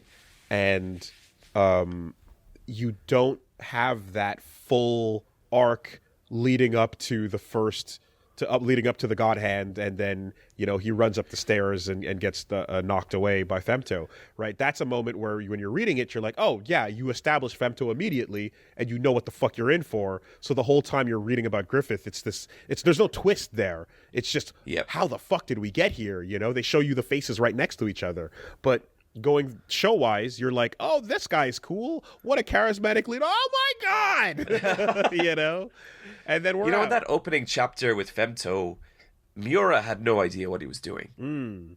He had no plan for Femto. He was like, I don't know, need a bad guy. Interesting. That's that, and it's funny reading the prologue as well, or rather the prototype, and seeing this like goofy Vash the Stampede-esque Guts. And he does these faces like, yeah. I mean, like, he's absolutely clown choosing his way through, and again implying sort of things that like oh, I got to get my revenge, the villain, etc. But no, just the tightening up of the facial expressions, huge difference right there. Much less everything else. It was funny to read that. Big time. So yes, but you said you had questions. Okay, well, I guess we covered it a little bit, but like bird's eye view of the whole thing, how are you feeling about Berserk right now? I mean, literally one of the greatest of all time for a reason.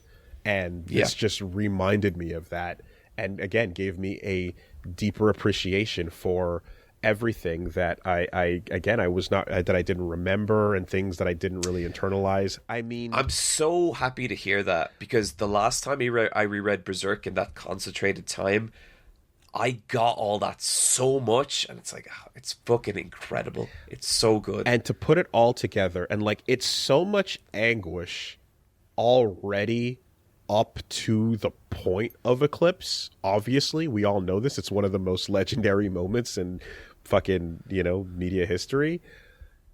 And the follow through and the obvious, the loss of Casca there with the fucking fetus.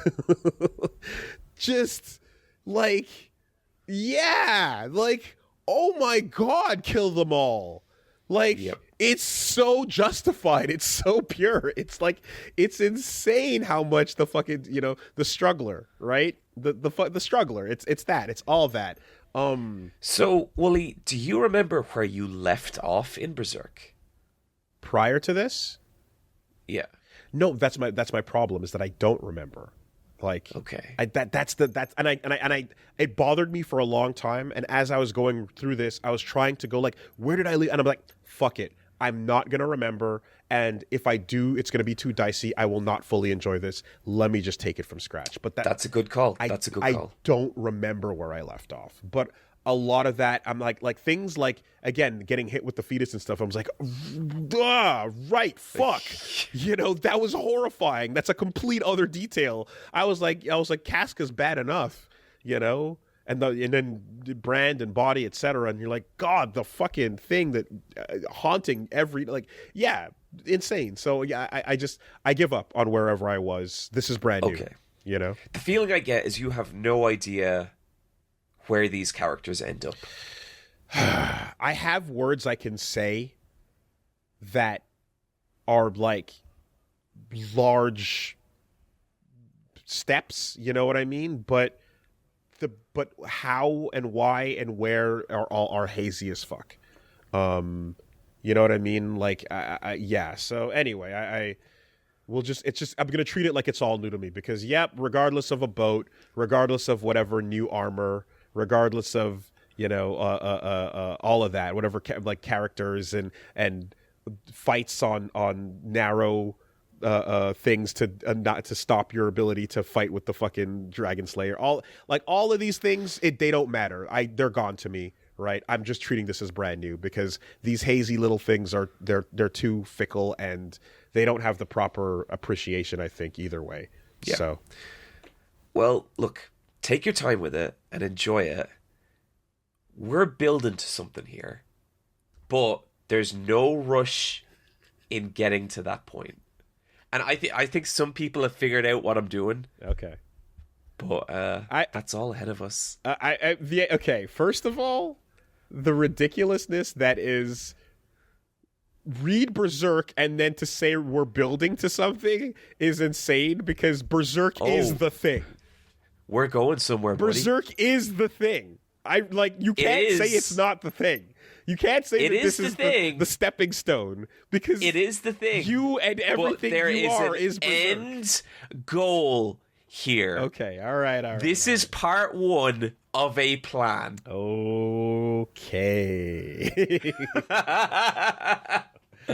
Oh, and once again, the ominous miasma descends over the podcast. What are we doing here, man? Oh, you'll find out. No, that's not what I mean. Are we actually gonna open up this list and pretend to have a discussion? Is there some sort of caveat we're gonna put in place? Or are we just gonna call it what it is? Okay. I think there's 2 ways we can go with this. Okay. 1, we could put Berserk slightly below Police Knots where it belongs. Oh, that Mura, that up-and-comer, he gave it his best shot. Look, the bit with the moon face, and it's like, that's why she looks kind of puffy. That's much better. Oh, God. Look, I would say if you wanted, we could hold off ranking Berserk until you're caught up, or we can go with option B. And I think option B, there's the Pantheon of Greatness, but above that, there is simply the Throne of Heaven, a celestial realm for the unranked, the gods, the greatest of all time. That is where I say we put Berserk. I mean, look, I ain't down with no coward shit. Call it what it is. Berserk number 1. It's. See, we could do that, but the thing that scares me there is nothing will ever move Berserk. And I feel like we might be robbing ourselves of hype pop-off moments because something's going to be Earthbound eventually. Oh my God. The Throne of Heaven. Damn, that's a wild one.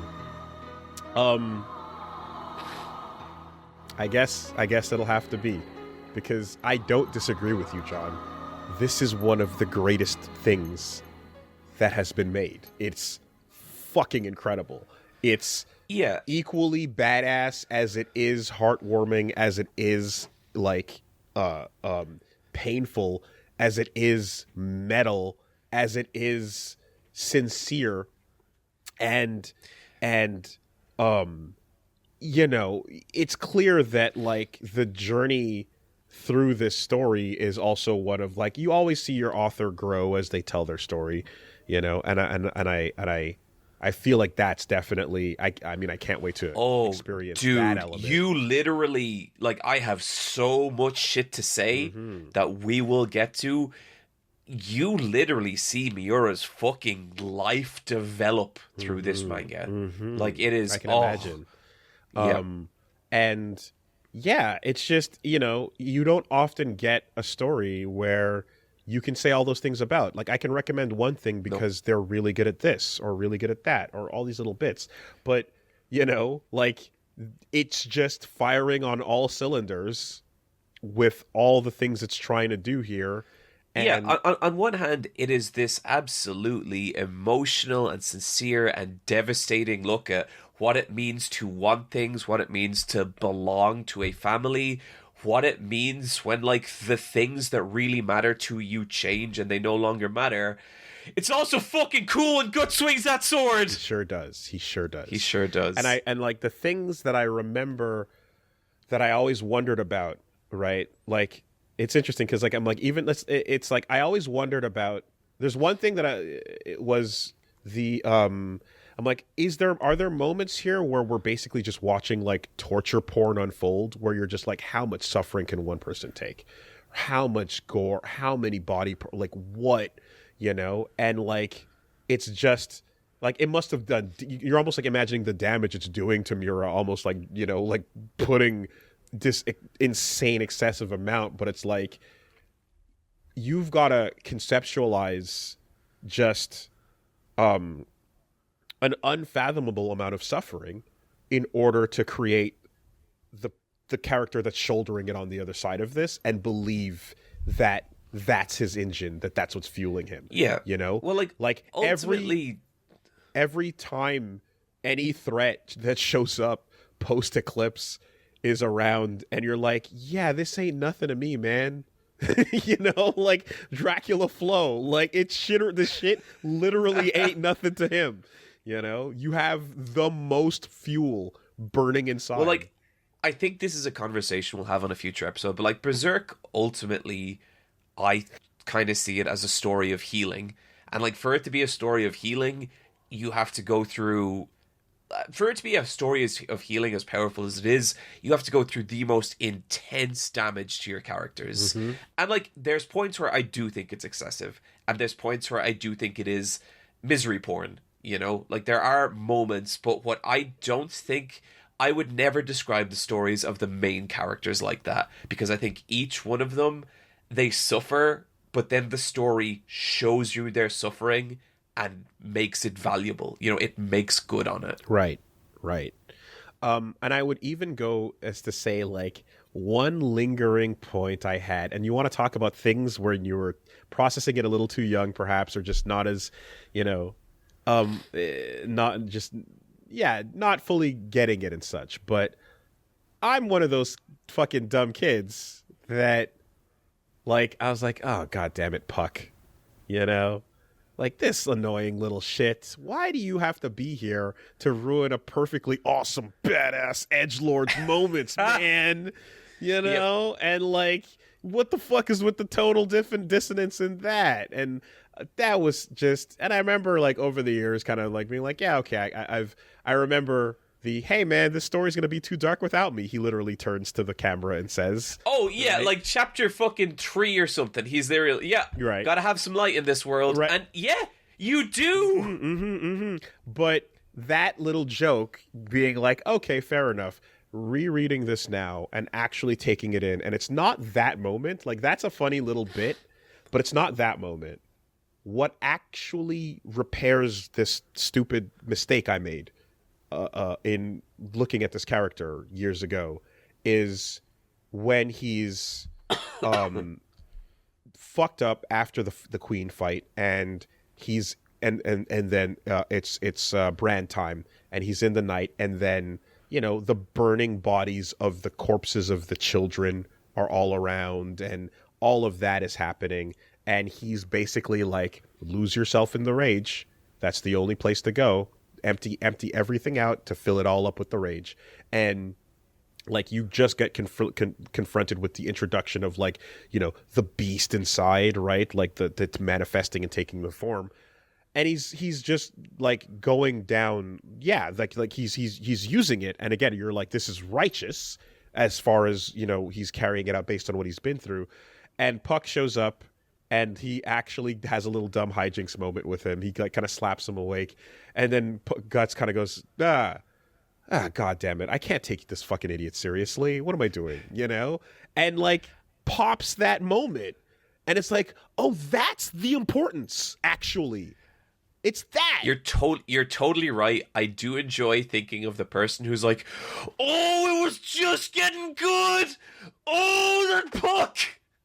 It's ridiculous. It's so silly, you know? So that's why Puck exists. And I get that, and I fully appreciate that now. Because, yeah, fucking how many nothing personal kids moments do we need, you know? Boy, what a dumb fucking me. from before. Yeah, there you go. All right. Okay, that's Berserk. The throne we'll revisit. The Throne of Heaven it is.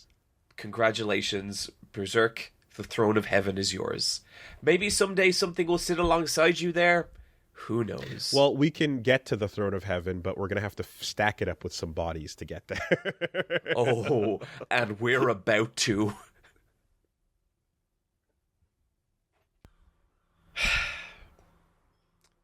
Woolie, why did you recommend me this game? Right away? I mean, we can get there. I thought we'd dance a little bit first. I thought I'd try not to step on your toes, do a little curtsy, pirouette, spin to the left. Okay, I have no idea what you're saying. Take the lead. Willie, okay. Let me ask you a different question. Sure. Why did you dress up in a suit? Why did you frame it like that? And I'm not saying that wasn't appropriate. I just want to hear your explanation. This I'll defer to. I saw a comment, and I want to give full credit to Muffin Zeta, who said the following. It's not what you recommend on Versus Wolves. It's how you recommend. I really, really thought that was an interesting comment. Well, we certainly have some things coming down the pipe that are going to test that. I suppose we may, and that's all right. Now, there's a lot of theory crafting and things and such, and for the most part, I feel as if, some say proportional, some say retaliatory, some say, matching the energy, whatever the case is. I don't know. But I was thinking a couple of things, I suppose. And one of them was certainly not that you didn't know what Dokapon Kingdom was. I thought for sure you might have caught wind at some point. So that was the biggest surprise, really, was the oh, snap. Because not to say that you would have had to have catch, because it's such a big storied legacy event that was certainly, it had an impact, And if we're recommending... I was actually curious, and I went back through my watch laters, and surely enough, 2 or 3 years ago, Dokapon Kingdom won. Okay. Because if we're and that just flew under my radar. If we're talking about things that had an impact on us, that had an impact on me. And, while the circumstances were not certainly the same, and there was a lot of discussion, understandably, about, how the difference between your experience versus the type that I had, it was still something that I thought was an experience. It was certainly an experience. Mm-hmm. And we can, and I can double back on this as we get a little bit later. I think we're gonna have to into the conversation. Dokapon Kingdom. What's this I hear about you fat shaming people, John? What's going on? What? No! What? No, that's not true! That's going not true! On over there?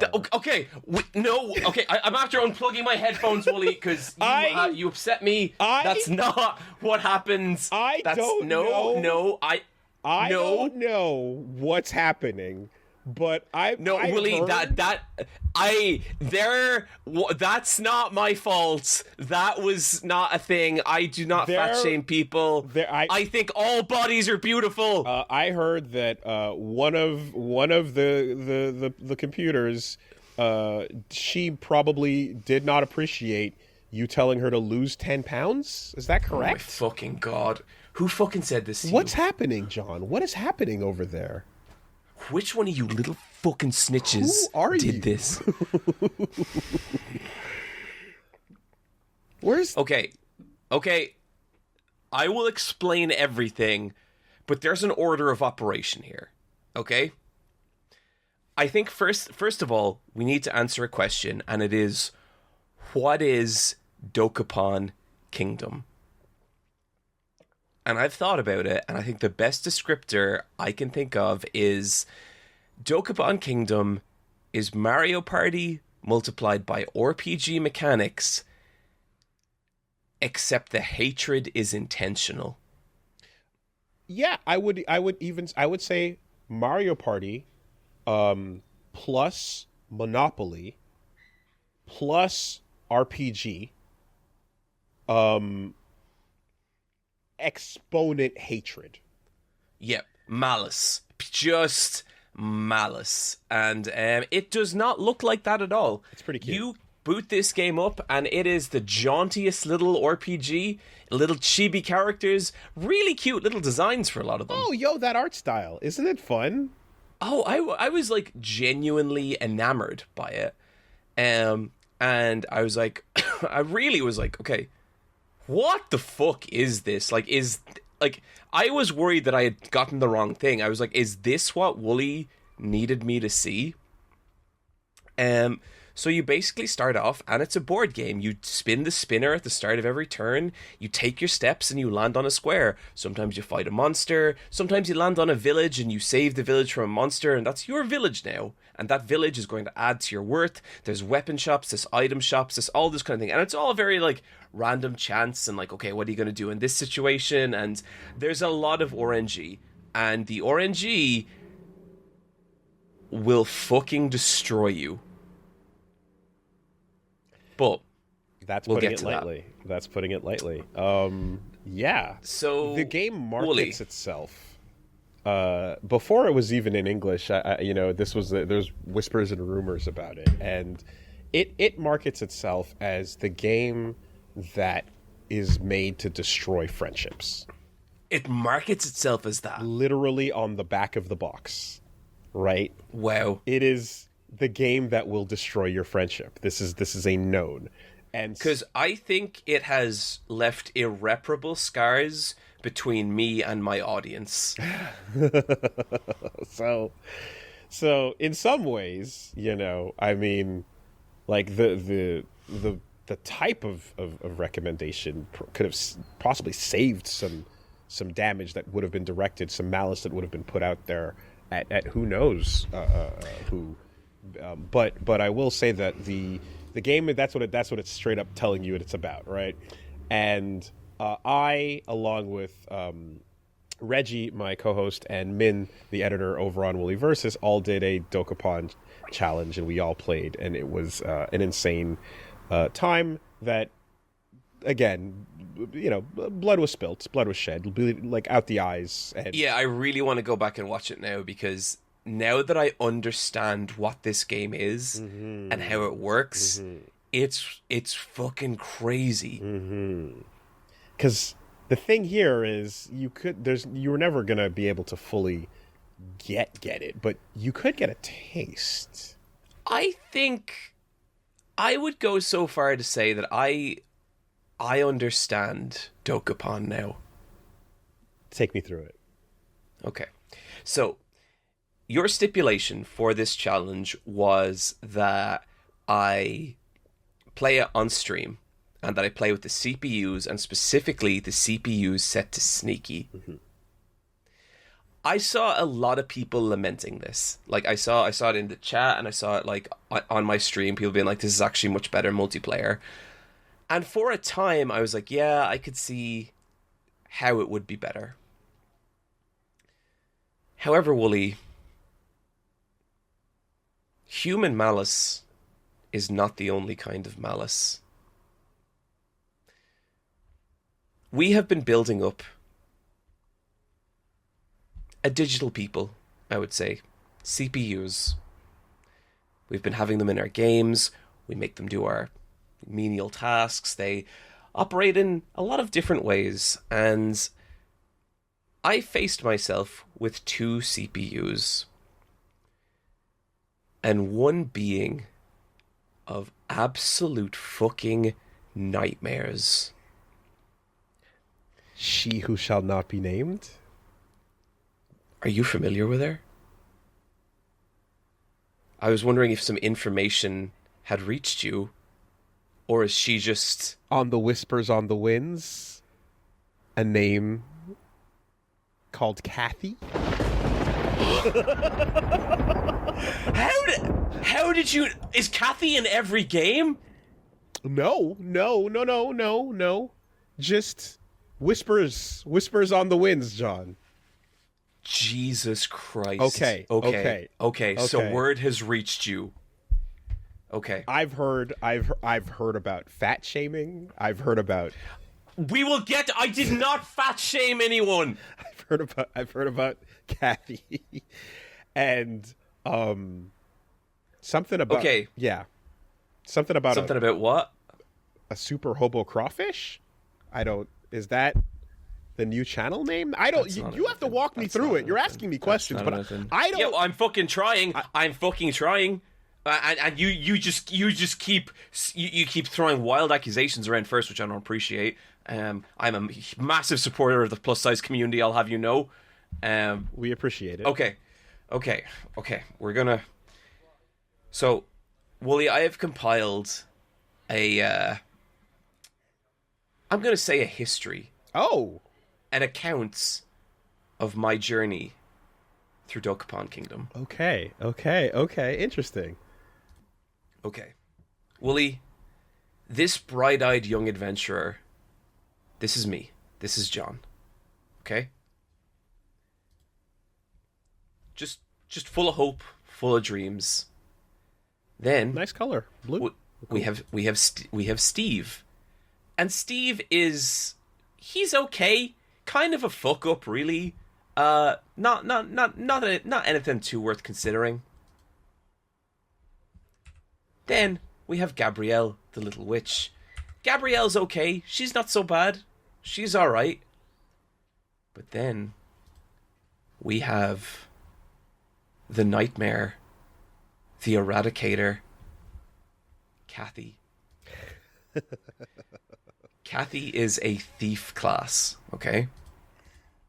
And very soon... Okay, this was the very first ranking right here. And look at that. Look at the joy on my face. Wow. I am obliterating the competition. Look at that's a hell of a start. That first round is a little bit interesting because you're just gathering things before you head on out. Yeah, and it took me a minute to get my head around like what was happening. But you do have to eventually figure out, when to leave and and how best to leave. But then I started noticing something. Kathy, she ain't playing this game like everyone else. Kathy always lands on the right square. Kathy always hits the correct option. Boom. Every single time, Kathy it's always the right move. And very soon, like I'm just taking some random examples here. Yeah. Kathy is killing the monsters. Yep. She is leveling up. She is moving so fast. Okay, let's let the weekly rankings speak for themselves, okay?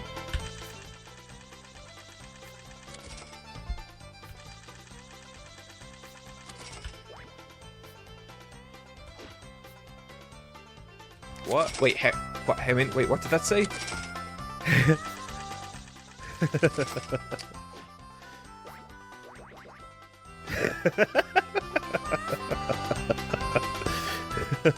I see Kathy is number one. Okay, well, look. Yeah.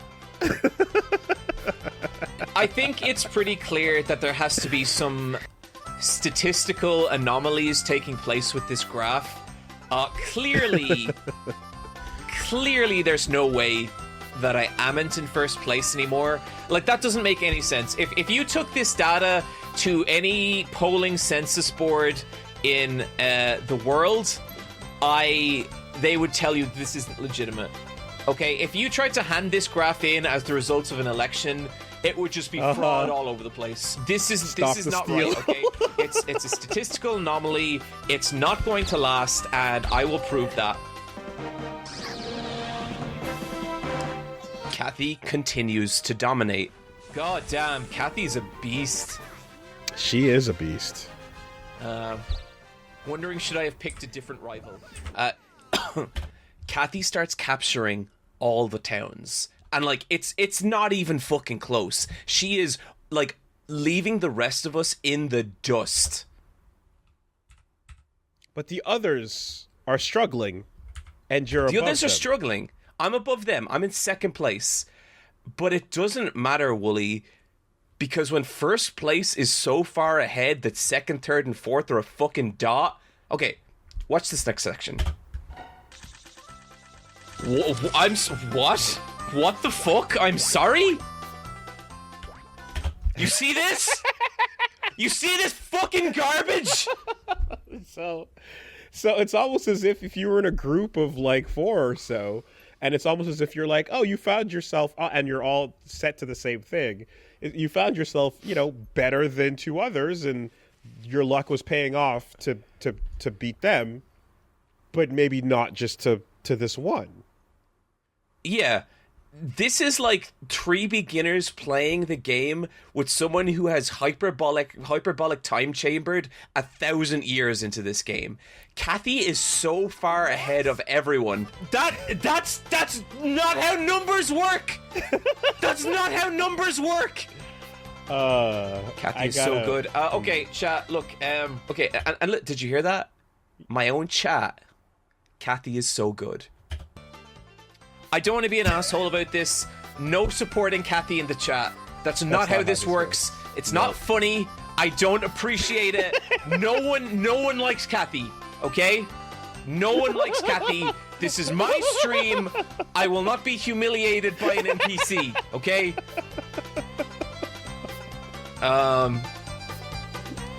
I know it looks bad from the graph. This is all within predicted parameters, okay? Keikaku, of course. Yes, for sure. No doubt. Yep. Yeah. Okay. This is the next week. I have the most money on my person. Yes, but... I mean, come the fuck on. I'm still coming second. And as we can see by the graph, I am very clearly making gain on Cat.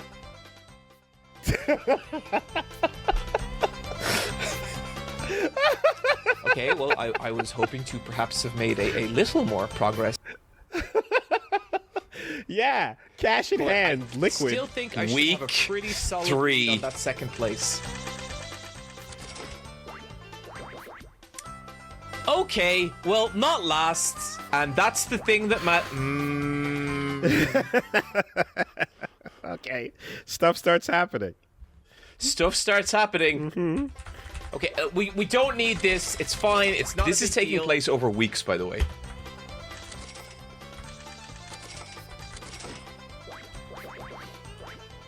Oh my god. Steve is catching up to me? Yeah. What the fuck? Okay, Steve. The biggest fucking loser in the game? Wow. Okay, that's fine. Jesus, we can deal with that's him. Harsh. It's a harsh game, Woolie, and I'm not going to mince words here, okay? And if you're of a sensitive disposition, look, this is what happens on these streams. I'm about high-level gameplay, and that's, you know, I'm not going to sugarcoat it. Yeah, I know. I caught wind that you didn't mince words or sugarcoat it, apparently. Okay, we'll get to that. That's not what you fucking think. Okay. I make, at this point, one of the most crucial decisions in the entire Dokapon journey. I go to a cave. Oh, interesting. With a super spinner on. Oh, yep. Ooh, you're living pretty. Oh, yep. Look at you. And you're auto-walking. And you know how to look at the space. And you're absolutely... Yeah, you're in there, baby. Yep. Yeah. Yep. You've got a key for the locked box? I do. You sound like a pro. Interesting. Or here's the casino. Wow. Do you want to go to the casino? And you know what so I end up going to the casino. I don't have the footage here, but I end up pulling a Showtime ticket, which allows me to advance to the acrobat class. Job. Yes. Yep. And no other character has advanced their job.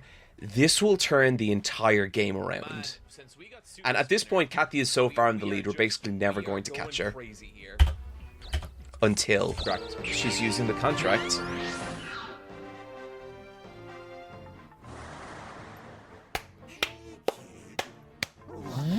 I don't know. Looks like everybody's picking on you, aren't they? Well, have I got a deal for you? If you hand over all your money items, I'll let you use the power of darkness. Can you pause? So what do you say? I wanted to stipulate having at least one of these moments happen, but I do. You mean an eclipse, Woolie?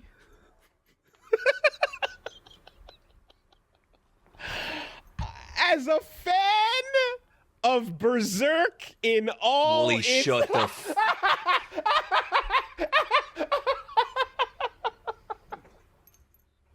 Don't. We love Berserk when it comes in the form of fear and hunger. Don't. We love Berserk when it comes in all shapes and sizes. When we can vaguely resemble something looking like a Griffith from a distance with the glasses on. Nothing will be wrong. So this motherfucker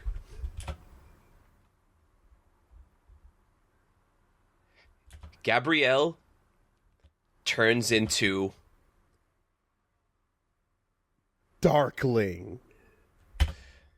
There's one slight caveat here, okay? Okay, we need to explain what a Darkling is. Okay, but there's even before that. I've because Kathy is so strong and has such good equipment, I have not been too willing to engage with her. Okay. At one point, I beat Gabrielle, and she didn't have a lot of property, didn't have a lot of money, so I decided to play a prank on her, and I changed her name.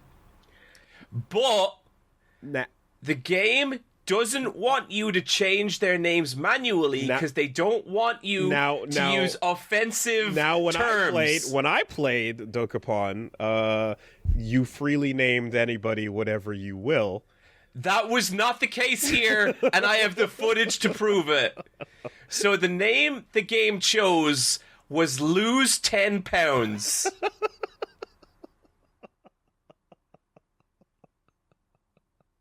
I would not insult someone like that. Okay. That's not... Is my career over? Has this fucking poison pill of a podcast finally ended everything I do? You're not that kind of person. I'm never gonna give anyone shit over their body. My body's weird. I don't know. That was a particularly interesting one because the rename function is really interesting, and these are all lessons that you learn slowly or quickly in fast forward or in slow motion, But there was a moment that I felt when I going through our experience where very just desserts had come about, and Min had the opportunity to take something tactical from Reggie to actually affect the game in a way. And instead of doing so, he decided to rename him. And I was like, what are you doing? This is not...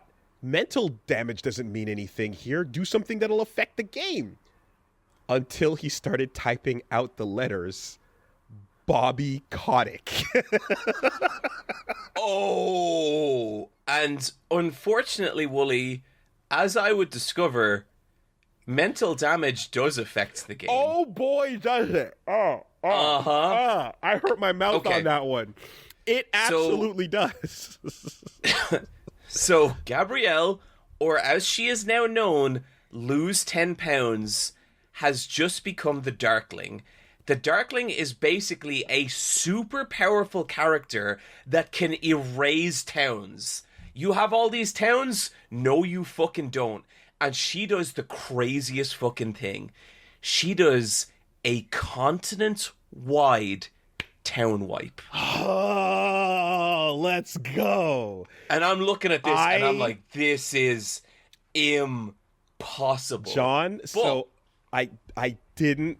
I was thinking about, can I stipulate this, and I was like, no, because I don't know when it's going to happen or if it's going to happen. It all happens. There's always a chance that it doesn't, and you never know. So I left it off, but I was hoping and praying, because what happens is, before it goes down, when you're in last place, a little creature appears next to you, right? Yep. And if you get, so one, you get that sign, right? You get that, and then second, you need to acquire a contract. You need to get a Behelit.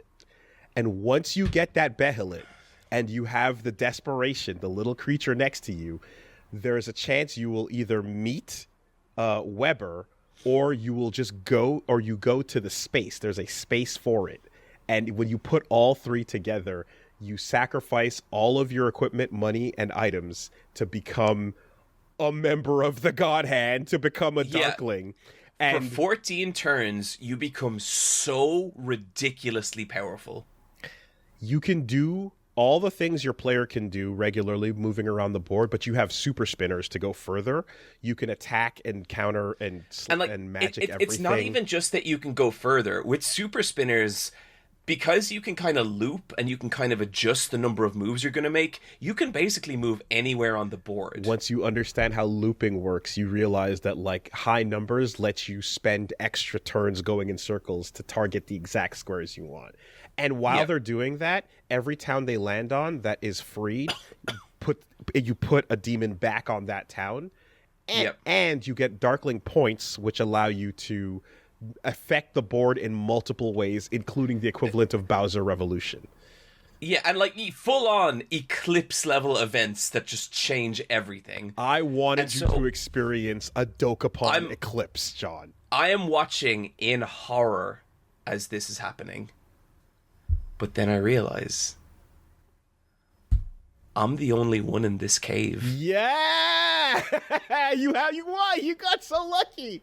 You were in the cave when it went down. And not only am I in the cave, I've just gotten the ticket for the acrobat class, and I've just unlocked a sleep crossbow, which at that point in the game is so much more powerful than anything anyone has. The sleep crossbow is plus 30% attack when used by an acrobat. Okay, yes, it's a class benefit. Okay, wow, you got lucky. I am about to become by far the most powerful player in this game. Wow. I am going to eclipse Kathy. I am going to grind her into fucking dust. However, there's a problem, Woolie. Kathy enters the cave. Oh, she came! Because you never... Not Gabrielle. Kathy. Oh, okay. Not the Darkling. And Steve's just somewhere off being a fucking loser. I don't know. In the cave to avoid the Darkling is advanced tech that you learn. And I stumbled into it. Hours in. Woolie, so here's my game plan, okay? The surface has been obliterated.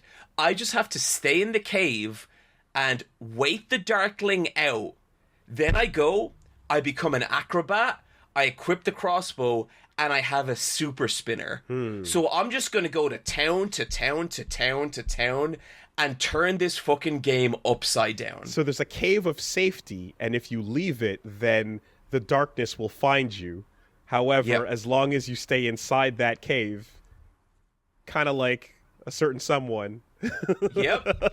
However, there's one more caveat. Okay. Did you happen to notice Kathy's class? Is she a thief? She's a thief. You know what thieves do? Oh, do I?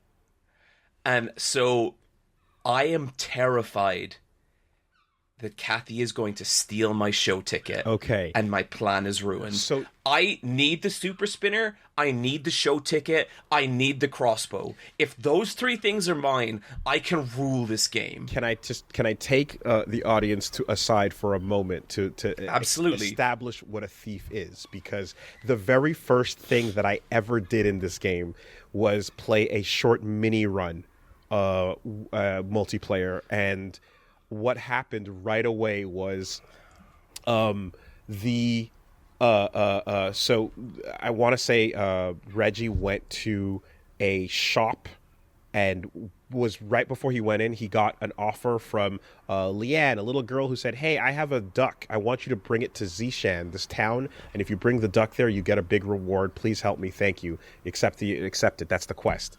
Early on in. Immediately, just without knowing how these classes work, Min walks up to and crosses by Reggie on the board, steals that duck from him, and lands inside the shop for the first time. Oh my god. Sells the duck and has the money to buy the best shit on turn 1. Incredible. Incredible. And that was the introduction to Dokapon, and that's what a thief does. Yep.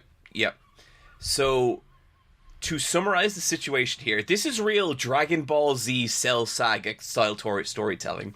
Steve is off being a loser. No one cares. Gabrielle is the Darkling. She is obliterating the world above. And in the cave below, it's me and my arch nemesis Kathy. And if Kathy crosses paths with me, she will steal one of those items, ruining my plan. Woolie, would you like to see the next part of this story? Stakes have never been higher. She also doesn't get any money.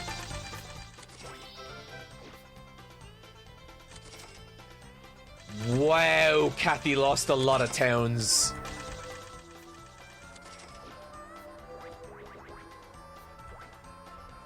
Oh! So as we can see here, everyone's lost towns. Kathy was hit the hardest. Yeah. Her stock fucking plummets. Yeah, that's Darkling time. That's the eclipse. So this is like the biggest possible comeback is right in front of me. Damage, okay.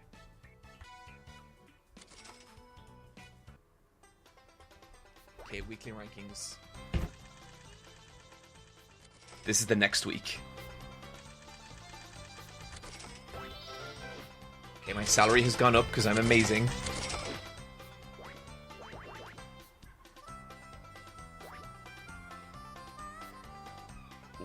Whoa. Wait! What's up? I'm in first place. How? Kathy has fallen so hard. She has lost so much. Because all of her money was in properties. She had no cash. She had nothing liquid. Yes. Okay. Another facet that you learn about this game is the value of your worth is not just your cash in hand. It's the properties you have, but that can inflate and drop at the drop of a hat. Absolutely. Yep. Castles especially. I'm coming first. And I'm also about to go fucking Super Saiyan. Nuclear. Like, I am like, okay, I think I may do a little spiel here. I may get a little excited, okay? Oh, shit. Let's go! Woo-hoo! We did it! We did it, chat! We're coming first! Wow. We're coming first. The final gamer always has a plan! Yes! Kathy falls! The final gamer rises! I'm invested. No one defeats the final gamer! Okay. So this is next week on the stream. Now we're gonna roll. I just gotta wait 3 more days for the Darklingdom to run out. You actually fucking lucked your way through that. I actually pulled it off. We have way more attack than it, so I'm just gonna keep this real simple.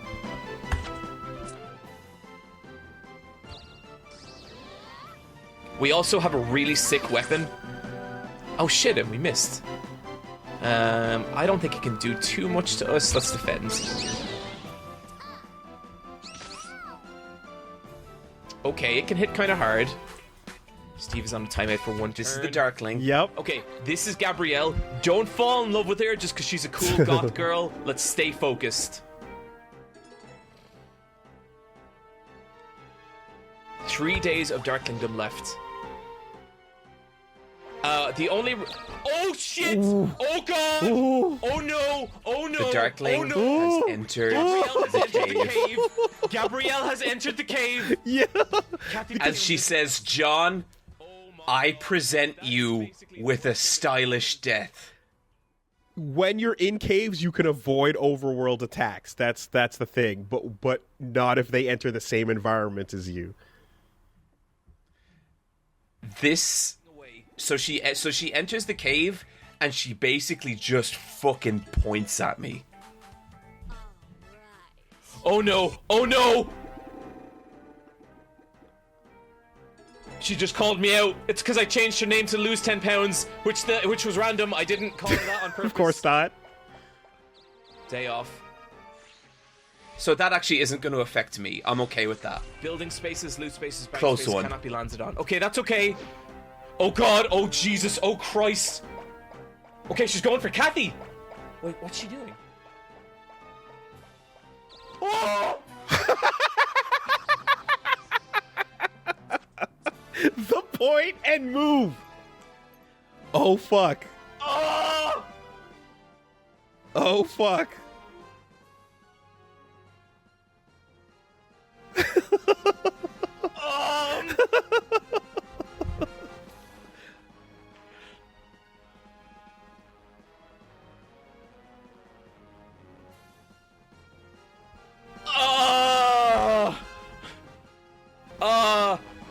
Strike! I'm fucked. I'm so dead.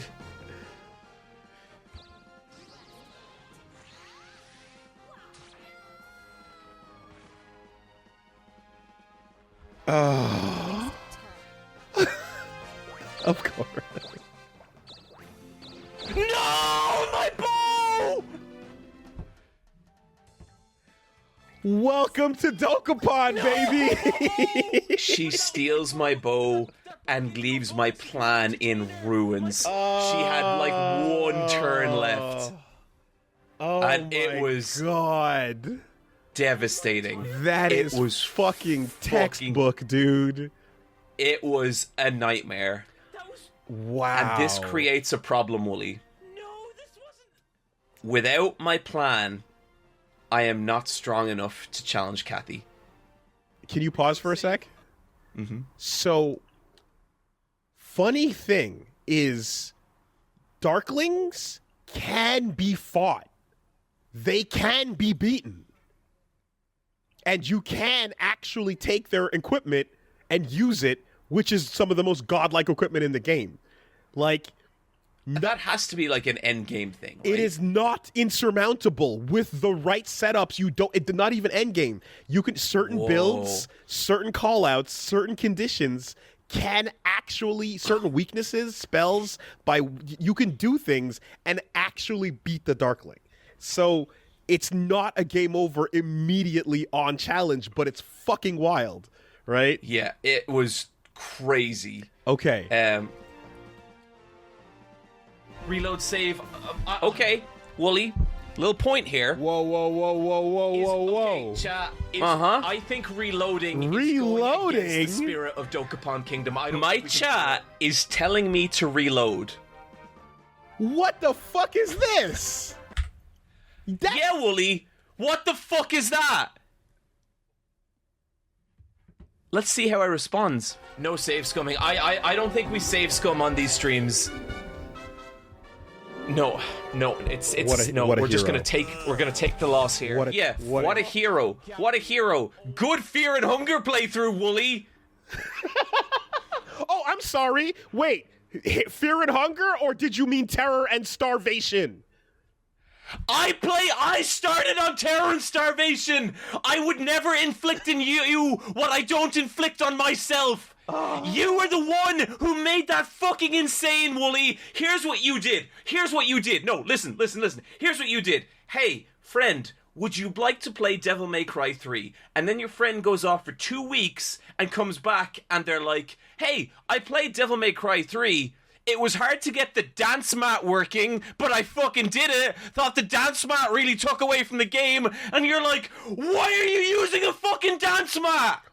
Or was it that I played it normally the way a person at home would have had to experience that kind of insane New Game Plus intended mode, while you played it live on stream with people around you to offer Not initially! Not initially! I made the Fear and Hunger video before I ever streamed it. You got nothing! You got nothing!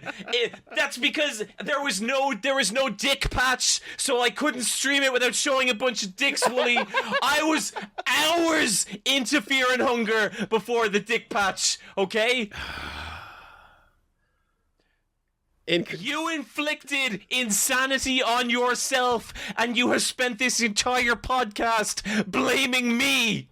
Hey, man, tat for tat is bullshit. Tit how for things tat. are flowing. Okay, look, the level. Woolie, we can return to this topic, and it is my plan to return to this topic. There's a whole lot of plans being discussed. Everything, but there's more story to go. Everything's a plan. Oh, everything's a fucking plan, buddy. You have no idea. I'm not even joking. Woolie, look me dead in the eye, okay? You have no fucking idea what I am planning for this podcast. I'm not making a goof. I'm not joking. I'm not trying to be humorous. Woolie, look at me. Yeah. You have no fucking idea what's coming. Well, okay? You're not wearing a suit, so I don't know how seriously I should be taking you, bro. Yeah.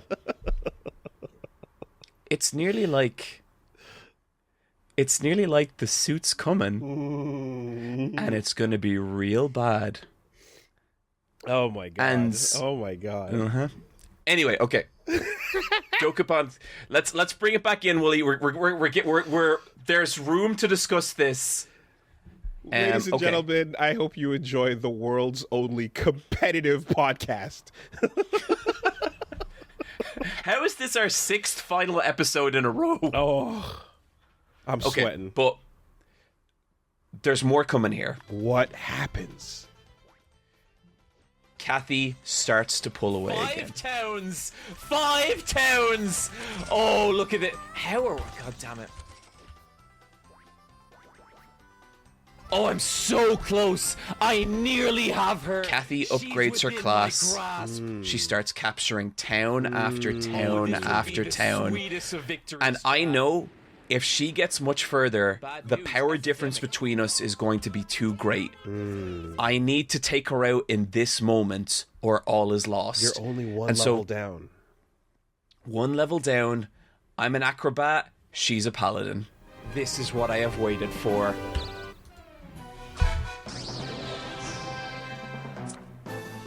Oh shit.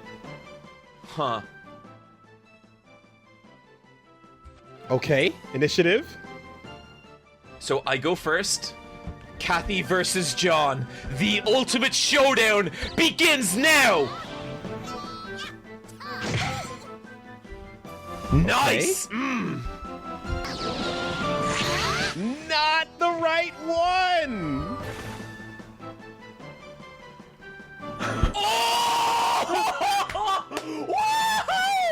Have you ever encountered that ability? Wait. We're going to try and land this attack. Acrobats have a 50% chance to res after dying. Oh, shit. Okay, that wasn't an item. No, that was not an item. Wow, acrobat. Yeah, I'm still in it. Oh, my God.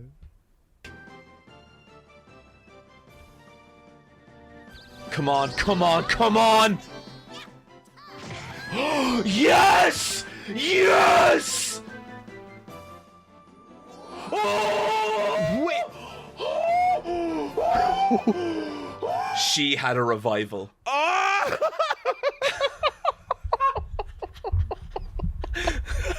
Dude, and you didn't check the pockets beforehand. I didn't check. I didn't have that tech at that point. I didn't know I should have done that. Oh my God. You have to check the pockets for a revival before you fight. You have to check the pockets. Crazy, chat. This is so insane. I am not giving up against Kathy. The preview is important. Oh my God. No. Zap. No. Come on! Oh, Come dude. Oh! What? Oh my god! Oh my fucking god! Are you kidding me? What? Yeah. What is happening? Okay, come on! Come on! Come on! No way. Initiative. I get first attack. Oh, fuck. She defends? She dodges? This is crazy! Chat! I'm losing my fucking mind here! This is insane. Okay. Oh, I'm not giving up. I cannot give up against Kathy. Fuck. wow. Oh shit. Magic guard. Oh. No! Yeah, okay. I'm like, oh, dude. Oh. Oh. I have never seen a fight like that. Stupid game. Fucking Woolie. Oh, he knew. He knew this would happen. Oh, he's fucking in trouble. He's in trouble. Oh my fucking god. Okay. This is where things take a dark Okay, turn, Woolie. that is the craziest fight I've ever seen. Right? Wasn't that absolutely fucking insane? Wow. That is like is that not your like Golden Lovers at level-esque battle of unpredictability back and forth? What a fucking arc. It was some of the wildest shit I have ever experienced on stream. But there's a problem, Woolie. At this point, Kathy has turned my audience against me. People are actively rooting for Kathy. I mean, after a back and forth like that, with multiple class-based reses and then losing it all and clawing back up from the bottom, it's kind of hard to not recognize a goat. People start creating Kathy fan art. Wait, for real? Yo, this is getting kind of boring. At the end of one stream, I promise that if I have not beaten Kathy by the end of the stream, that I will create a Kathy emote for the Twitch chat. Oh, man. I mean, her place in the lore was already, like, building up. With that fight, that is solidified. It was Holy fucking shit. crazy. Here is the emote. I'm the best. And, like, she's so mean. Yo, she keeps being like, that- I belong on top. Yeah, with the freckles, that little nun. And there's a problem, Woolie. She gives me a new name. Now, Woolie, I don't want this to become a thing on this podcast. So, before I go on, I want you to promise me. This isn't going to become a thing. Listen, man, hey. All I know is in a world where we can lose money, where we can lose towns, where we can lose equipment, items, magic, things that really help us take each step towards victory. What is a name, really? You know? What is a person's name at the end of the day? You know? Promise me. Okay, I have to promise that I will not make this name become anything or And anyone who's listening to this now by proceeding by proceeding past this point, you promise that you won't make it a name either, okay? Okay, right. Helldivers rules. Hobo crawfish. She calls me Hobo crawfish, and that's my fucking name for the rest of the game. Oh, man. Well, it doesn't have to be. Like, there are ways to deal with that, but, that's another thing. You can heal. From here, Woolie. You can heal status ailments and all kinds of events like that at a church. From here, Woolie, we enter the Dark Ages. Kathy becomes a godlike being in this new world. She has the power. Area bosses, she just walks up to them and fucking squashes them. Like, there's nothing she can't do. She levels up way past everyone else. She gets the best equipment. She has all the towns. She is unstoppable. Okay, so by this point, what continent are you at? I think we're on chapter 4 at this point. Okay. Getting in there. So here's the thing, right? Now, as we go down this journey, I did not at all specify what amount of distance into this you wanted to go, right? No. But I did think about it because there's other modes that are different goals that are a bit shorter, but I think story has a nice progression of seeing it does, and it forces you to look at the game in in a way that the other modes don't explain anything, and you kind of just get thrown into it. So Steve, useless Steve, at one point becomes a Darkling. He gives in. And he is unable to stop Kathy. Not all Darkling runs are made alike. Not all Darkling. He takes a swing at her. She survives. And I know this is like a couple of nights ago. I know this part. This was like yesterday. Sorry, time is weird for me right now. It's convoluted. I know Versus Wolves is coming. I know. At this point, I am 70,000 in debt. Don't ask how it fucking happened. I don't know. I am 70,000 gold in debt. Yeah, I mean, a game of Rochambeau will do that to you. Maybe even getting desperate and trying to steal from a shop. Yeah. Who knows? So my options are cut off. I got nothing left. There's nothing I can do. And so I know I have to gamble everything on one last battle with Kathy.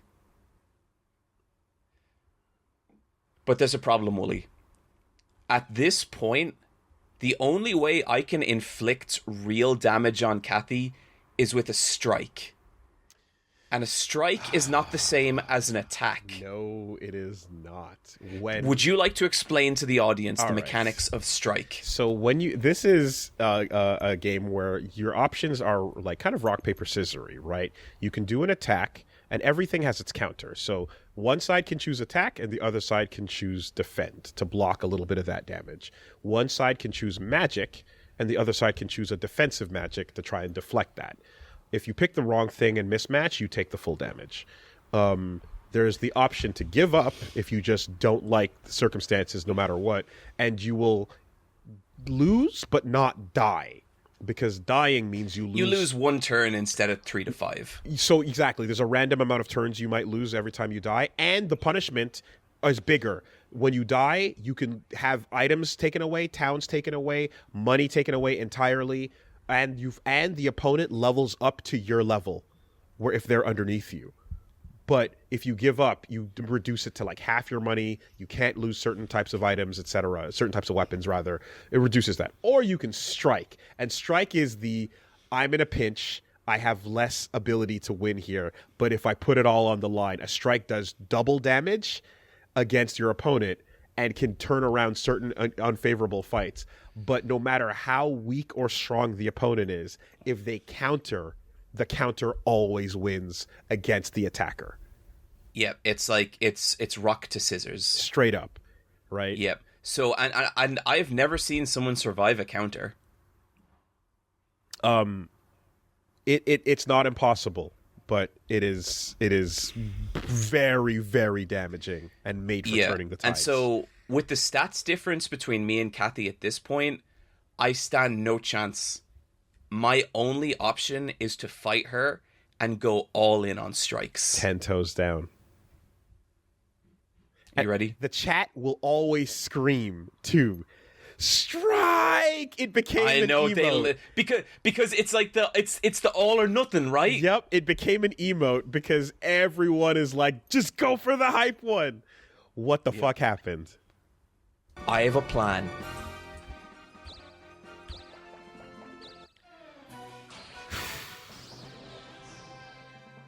No initiative.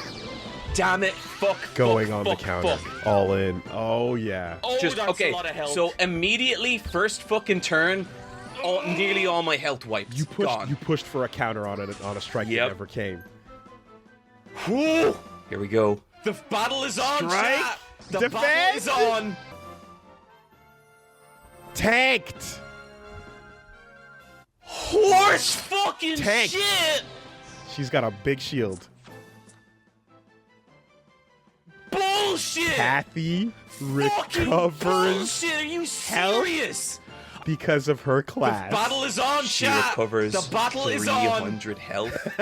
Meaning I can no longer kill her in a single strike. Horse fucking Well, shit. acrobats get back up. Everyone's got their thing. Bullshit. Fucking bullshit. Are you serious? Are you actually serious? That is fucking nonsense. Fucking plot armor for an NPC in a video game. Says the guy who resurrected All twice. in. Strike.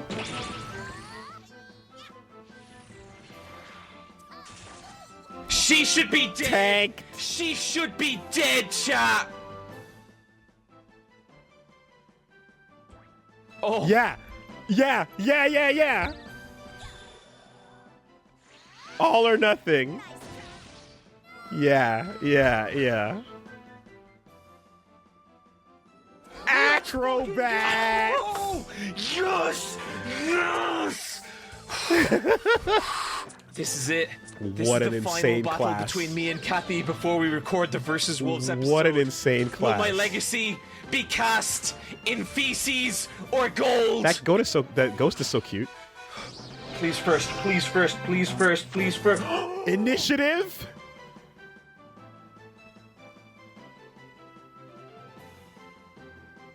She's gonna kneel. There's no way.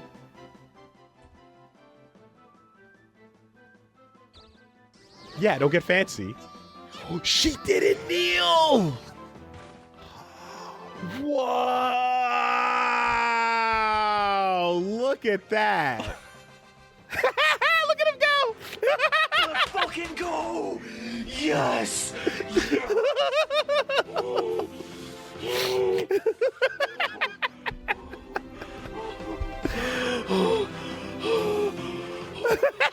When will you people learn that the final gamer always has a plan? Okay, well that's good. You watching this, Woolie? You fucking watching Your this? hair is... Kathy's fate will be nothing compared to yours.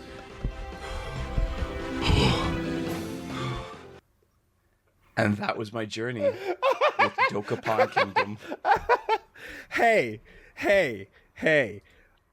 That was awesome. That was great. That was highs, lows, and creamy middles, man. Incredible. Wow. Those are that is like top 3 moments on stream ever. Oh my god. I can't believe how fucking insane that was. Yeah, it was nuts. Yo. If people want to check out the full VODs, we're going to have them up on regular Eyepatch Wolf. And also, I am going to continue to stream Dokapon. I will defeat Kathy. Twitch.tv/Super Eyepatch Wolf. Check the schedule. We are taking her to the very end. To the bottom of the ocean. Okay. Yep.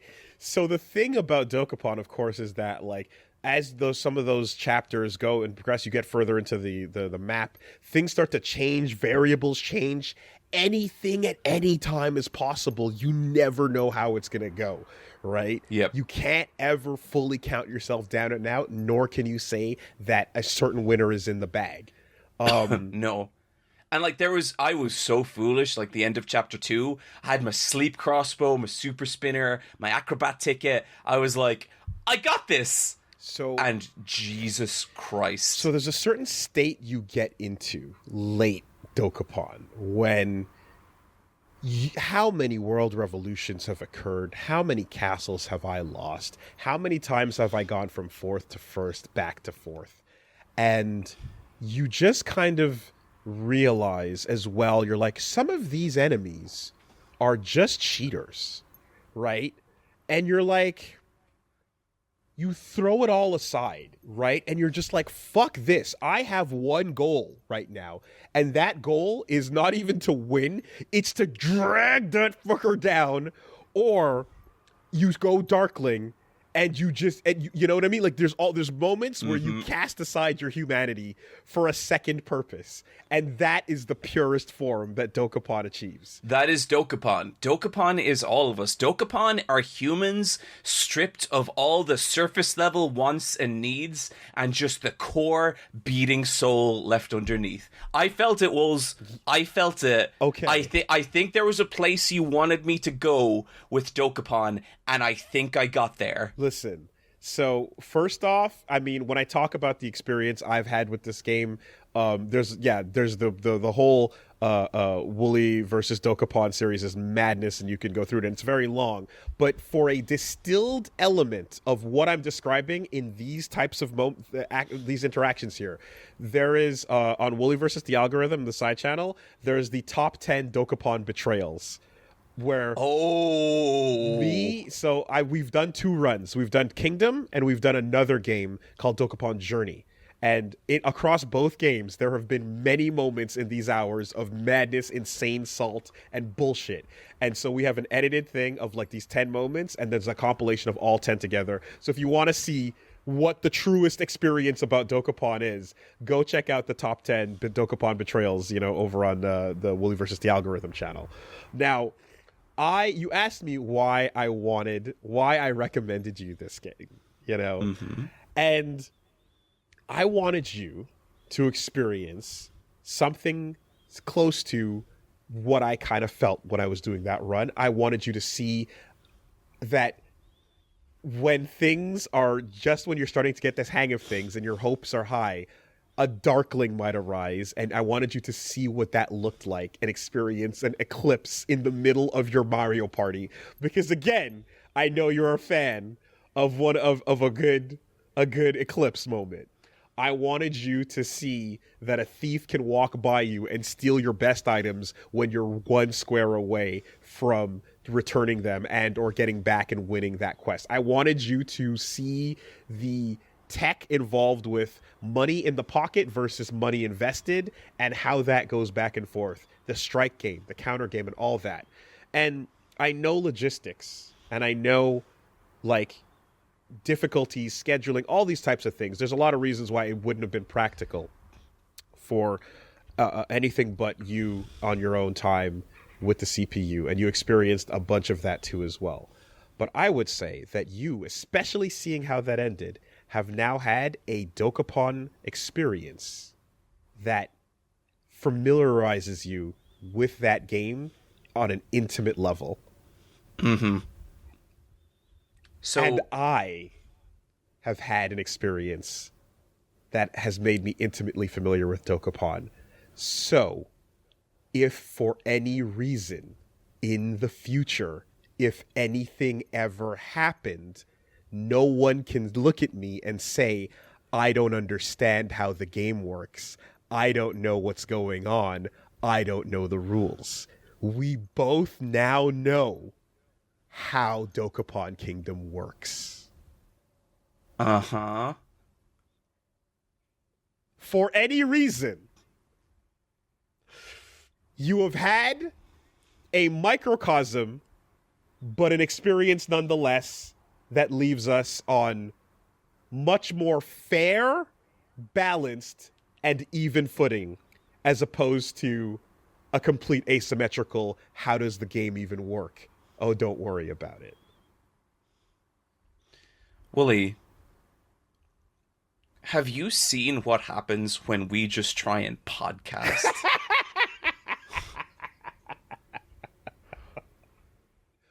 Let the record show that now we both know there can be no claims anywhere at any time that things were not fair. The phrase, you don't know what you messing with. You don't know. Has never taken on greater you don't know what you messing with. It's real simple. So I know, right? I'm sure you have a lot on your plate, and I can't wait to see what's in store. But I'm not the type of person to say, act of mercy or some. That's ridiculous. That's a crazy way to frame things. But I will say that if you go to a tournament sometimes and you're like, hey, I don't know how to play this game, and you sit down next to somebody who's like, oh, I've been playing for a while, and you go, oh, cool, do you mind if I get a button check? And then they say, no, we're playing. That sucks, doesn't it? That's not cool. Mm-hmm. It does. So, hey, are your buttons working? Do you know the worst part about this? I feel like an idiot for not seeing this one. I should have known you were dragging me to fucking hell on this. You talk a lot about plans. You talk about punches and setups and everything's a thing for a thing. All right. Well, how about a little something? Let me try that for once. Let me see how this goes. I'm just thinking pretty short term. So, that's it. I would say it's a pretty nice thing to allow my opponent to get a button check.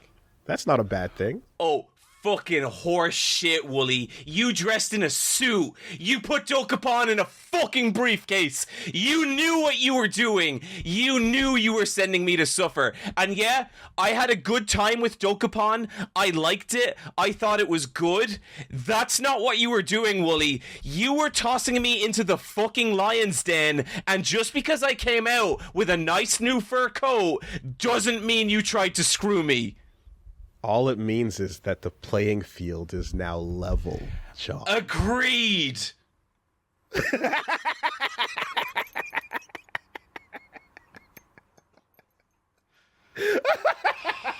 Jesus fucking Christ. Let's rank Dokapon so we can end this fucking podcast. Okay. How you feeling? I'm feeling great. How are you feeling, buddy? I'm great, man. I'm hydrated, moisturized, What kind of moisturizer are you using? It's just a term. I'm not actually moisturized. I'm Oh, that's a problem. Okay. Well, if you ever want any skin moisture tips, Woolie, just give me a shout. Actually, you know what? I do use I use a non-fancy tattoo moisturizer on my leg where the tattoo is for healing purposes. So there is some, I forgot what the name of the brand is, but it's got no chemicals in it. So, it's one of those. Lubriderm. I'm using Lubriderm on my tattoo. Interesting. Well, way to completely suck the energy out of the podcast, Woolie. That was great. You asked. Would you say that your experience with 4 chapters of Dokapon Kingdom, now there's a lot that can happen, there's a lot of variables, but would you place that above Omicron? Oh, without question. Here's the thing. Dokapon is like a legit good game. Dokapon is succeeding on the terms it sets out. It's a nightmare game. It's a game from fucking hell. It's good. It's fun. Its aesthetics are coherent. It is. I like it a lot. And you also didn't get to the later parts where some of the people on some of those continents start to look a little bit. Ooh. I might have. Gotten to one. Okay. Yeah. And I was taken aback. Yep. And there was so much going on. I was like, you know what? I don't think I'm going to address this right now. Fair enough. So, you know, as we target this list, and I look, and you can, and you got a lot of places you can go. You got the missing of the FGC tourney. You've got okay, Dokapon is better than missing an FGC. You've got Cyber 6. You know, I'm going to say Dokapon. Yeah, it's definitely better than Cyber 6. Definitely. You got taken to task on that music shit, I will say. But then, you think I didn't feel that? But so did I for Berserk. Police Knots. I think Police Knots is a really fun, interesting thing, but Dokapon got my blood running. Are you feeling it? I have to say that however we're feeling about it, you got up and did a little jig. I did. That you can't deny. You can't. Let me tell you, there is no point during Police Knots that I did that. Which brings it then to Fear and Hunger.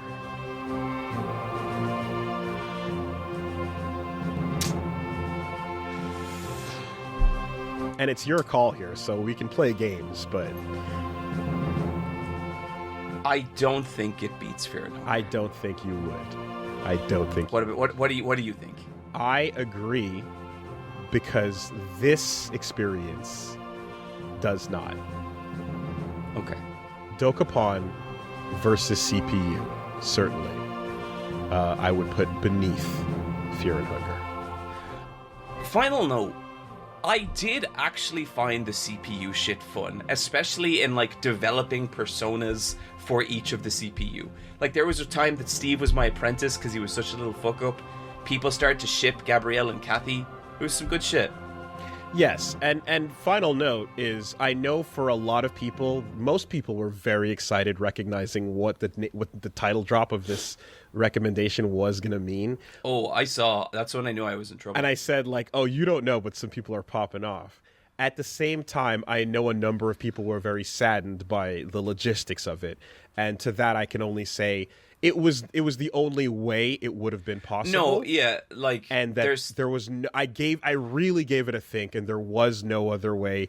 There was no way I was going to be able to pull 4 people into, like, 4 separate, like, 3-4 hour streams, and especially, like, yeah. And I'll pull the curtain back a little bit to say that I also know that we are both not trying to destroy. We're trying to destroy each other, but we're not trying. Whoa! Whoa! There are moments where it feels. I'm just trying to recommend some. Okay. There are moments where it feels like we're trying to destroy each other. I will say that when it comes to something that might mean you have to recontextualize your entire life for the next month is a lot. Yeah, we're more going for emotional devastation, not logistic devastation. And if logistic devastation is in the pipeline, there will be discussions about that. Mm-hmm. But all this to say that I do understand, you know, but ultimately the main thing here is that also it wouldn't have been fair. It wouldn't have been fair. And I'm not one who competes lightly. I like to compete. I like fighting games. I like the competition. I like the thrill of battle. And I like it. I'm so glad to hear you say that. So all this is to say that I understand and I hear that stuff, but that's kind of how things shook down, you know? Yeah. I mean, I honestly don't feel like I could have had a better experience. That was crazy. Yeah. Fucking insane. Which means, Woolie, it's time for the final segment of this podcast. R.O.D. Yomiko Reedman. Or die! So I guess I'm going to start? Mm-hmm. All right. Isn't it? I feel like every month the tension builds in for the the people who don't have to experience it, you don't know. It is actually I'm every time I'm stepping in, I'm getting ready to you know, see what's going on over here. I'm checking the distance. I feel like I'm stepping in the ring. It's wild. How much the heart raises as we get to these. But you've had some time to think, and I've had some time to think, and you know what? I think I know where we want to go next.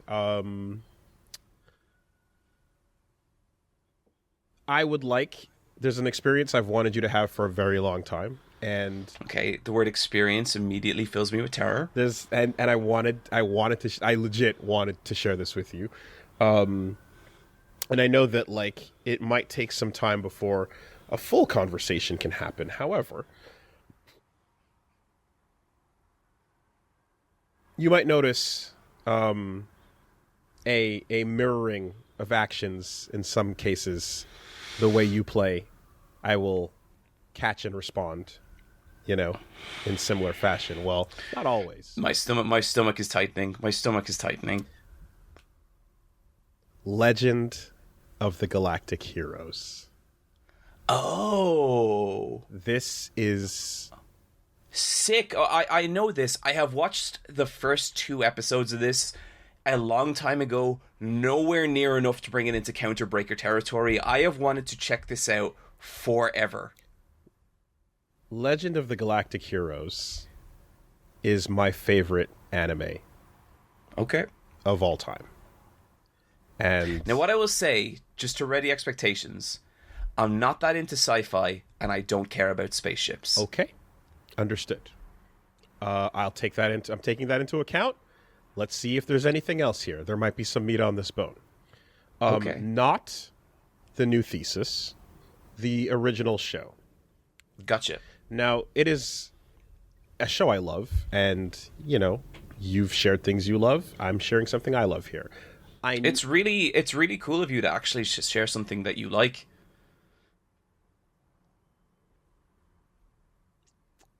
It's a very long show.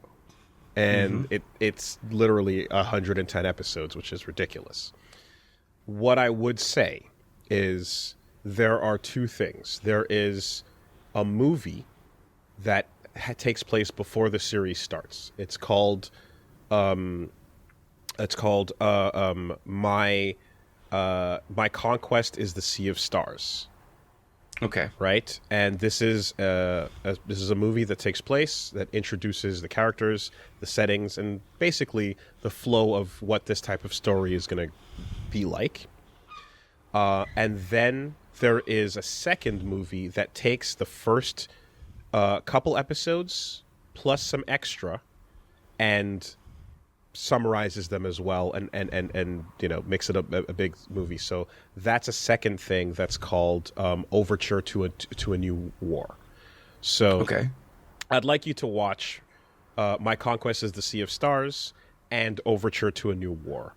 And what that'll do is give you basically episode 0 and a cinematic telling of 1 and 2. And if for any reason you found your fancy was struck and you were interested, you could start the series and, check out whatever you'd like. Start at that point, after watching those 2 things, you'd start with episode 3 of the show. Gotcha. Okay. So, that's it. So I'm going to take that as loosely those 2 films plus extra. Those 2 films are what we can talk about. And that's I think that's a reasonable use of your time to introduce the setting and the story and this type of stuff. See who the players are and what's happening. This has been one of my most requested things to watch over the years. Okay. It might not be up your alley, and I'm fully aware of that. But I'm curious. Let's to give it see a go. What happens. And if you do watch those 2 things and it seems interesting, you can go a little further. Okay, gotcha. It's a good pick, Woolie. Thanks. I was wondering how to get there, but I was also wondering if there's a chance you might have taken a peek. But I just want to. I mean, I've taken a peek, but I think a combo breaker would be cruel at that point. It's not enough. I like to play this game by the rules, I just want to talk with somebody about this really cool show. Yeah, no, that's what the podcast is all about, right? Just sharing things we love. I love it dearly. It's also based on a novel. It's not always about that, though, is it, Wooly? Keep that in mind, too. It's based on a novel. Sure. It'll feel like Noted. that at points. It's not always a podcast about sharing things you love, though, is it, Wooly? Well, I mean, it's about sharing experiences, certainly. Yeah, it's sure. And, you know, I'm so glad you used that word experience. Because I have a wonderful experience for you. One question before you even give it. Mm-hmm. Was this the same thing you had thought of prior to starting Dokapon, or did this change after starting Dokapon? Oh, this Wooly, pre-Dokapon, I had such beautiful plans for us. Such wonderful plans. Such a wonderful journey we could have gone on together. That's gone. But I want to ask you a question first. What is the greatest moment of this podcast? What's wrong, Wooly? Buddy, what's wrong? I mean, okay? That's a loaded question. There's a lot of them. It's hard to pick. I think there's one that sticks out above all others. It depends. I legitimately have many. I think for me, the moment that encapsulates Versus Wolves was the month after you inflicted Omicron upon me. And what did I do?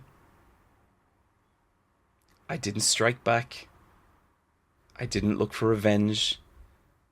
I recommended you a beautiful anime about how violence is never the answer. You also put a theoretical gun on the table and loaded it and said that it would always remain there if I ever were to look sideways again. Mm-hmm. I did say that, didn't I, Wooly? Side detail, little. Do you mean this gun? I'll frame the entire podcast. Oh yeah. I've been holding this the entire time. Where did this come from? Anyway, funny that. Yeah. But you know, it's funny. I thought that moments would be a turning point for the podcast. I thought that would be the moment that I would pull you up from hell and you would see the light. It's not really what happened, though, is it, Wooly? A lot of things happen, John. Mm-hmm. A lot of things did happen. I brought gift after gift to you. Hunter x Hunter, my favorite show of all time. You act like it's some kind of sick revenge, and I don't know how you get there. Did you act like it was some kind of sick revenge by going into a fucking spiel before you recommended it? Why would I consider Hunter x Hunter? You framed the entire thing as a revenge recommendation. I have no recollection of that. That seems like a strange interpretation. I just think, like, when you look at what I've recommended you, Berserk, Hunter x Hunter, Jujutsu, Vinland Saga, Fear and Hunger, 5 of my favorite things ever, Wooly. Get tapped out by at least a purple belt. Go ahead. Wooly, this entire podcast has been me pouring jewels into your hands until they slip between your fingers, and you don't even acknowledge it. You see everyone, and you see nothing, and you try and make it out like I'm the crazy one. You try and make it out like I'm the villain of this podcast, and the worst fucking part, people believe you, Wooly. People fucking believe you. People, oh, Johnson, I can't wait till John does his villain thing. This isn't a villain thing! We're taking this detour. Okay, all right.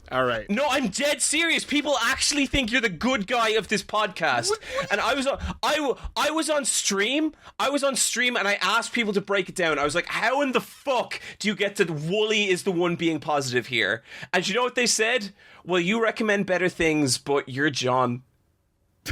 And that was it. Yeah, you know, I'm such an asshole. You failed the challenge, and now the punishment is you have to dance with your friend. What a jerk. Let's go. Let's go. You've never let that go. Let's go. You've never forgiven me. And you know what? Another thing, Wooly, you ruined my charity stream. You ruined my fucking charity stream. I only invited you on that stream because I didn't want you to feel left out. Well, thank you. I did it. I enjoyed it. It was nice. I had a good time talking to some nice people, and then there was you. All right, where are we going? There's no need to insult me, Woolie. That's you're above that, I would hope. Okay, Woolie, listen, look, buddy. I have to do something, and I want you to know from the bottom of my heart. Are we getting this is the pre-apology for you? Are we getting the pre-apology? This is for you. Wow. Willie. This is for your sake. Oh my God! Okay? Where are we going?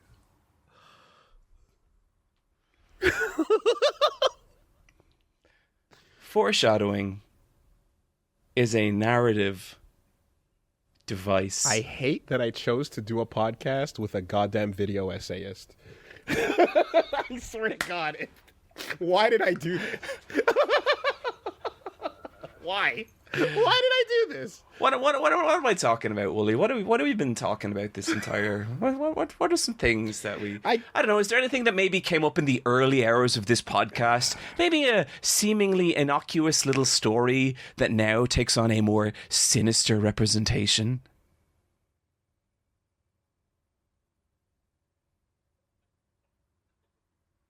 You would not. You would not. You wouldn't. Would you? Silence. Would you? Hill. Would you really? Ascension.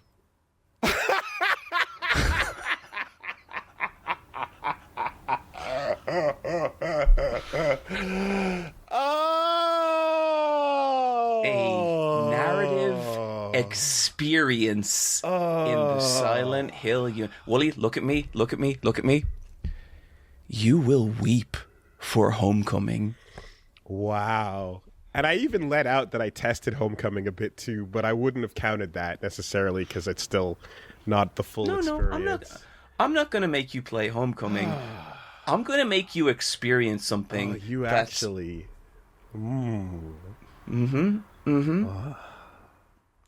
Woolie, this is the only way you'll learn. Damn. And my guiding marker, Woolie. Oh, you fuck. I want you to make it to the merging ritual.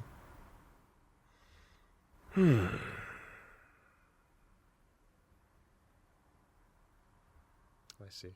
Okay. All right. I'm looking forward to watching Legend of the Galactic Heroes. Here, it's real good. What's that? Sorry, there's something on the ground.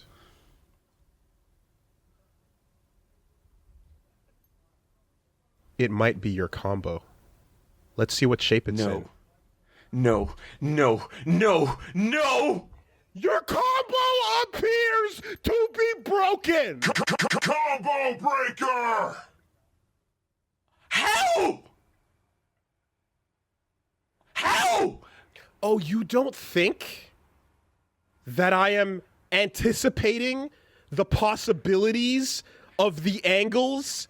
Do you think you're putting chess pieces down and wondering where they're gonna go, how they're gonna set up? You think I'm spending all my time just thinking of what type of bullshit fucking little path we're going down? Or am I doing the work to make sure that this kind of bullshit does not occur? A combo breaker? Here? You fucking piece of shit. Yes, oh, John. you piece of Yes, shit. John. And finally, we get here. Hit me with another one. You don't think I'm... How much of it did you watch? I watched I mean, pretty much the first episode. Fucking bullshit! Go watch Silent Hill Ascension. That does not count. Come on. Fuck you. You no way. No way. The first episode. Get fucked, Woolie. Enjoy your merging ritual. Goodbye, everybody. Combo breaker rejected. Wait. Combo reformed. Where is it? Where is it? What do you mean, where is it? Where- You watched it. Woolie, did you watch my stream of it? Okay.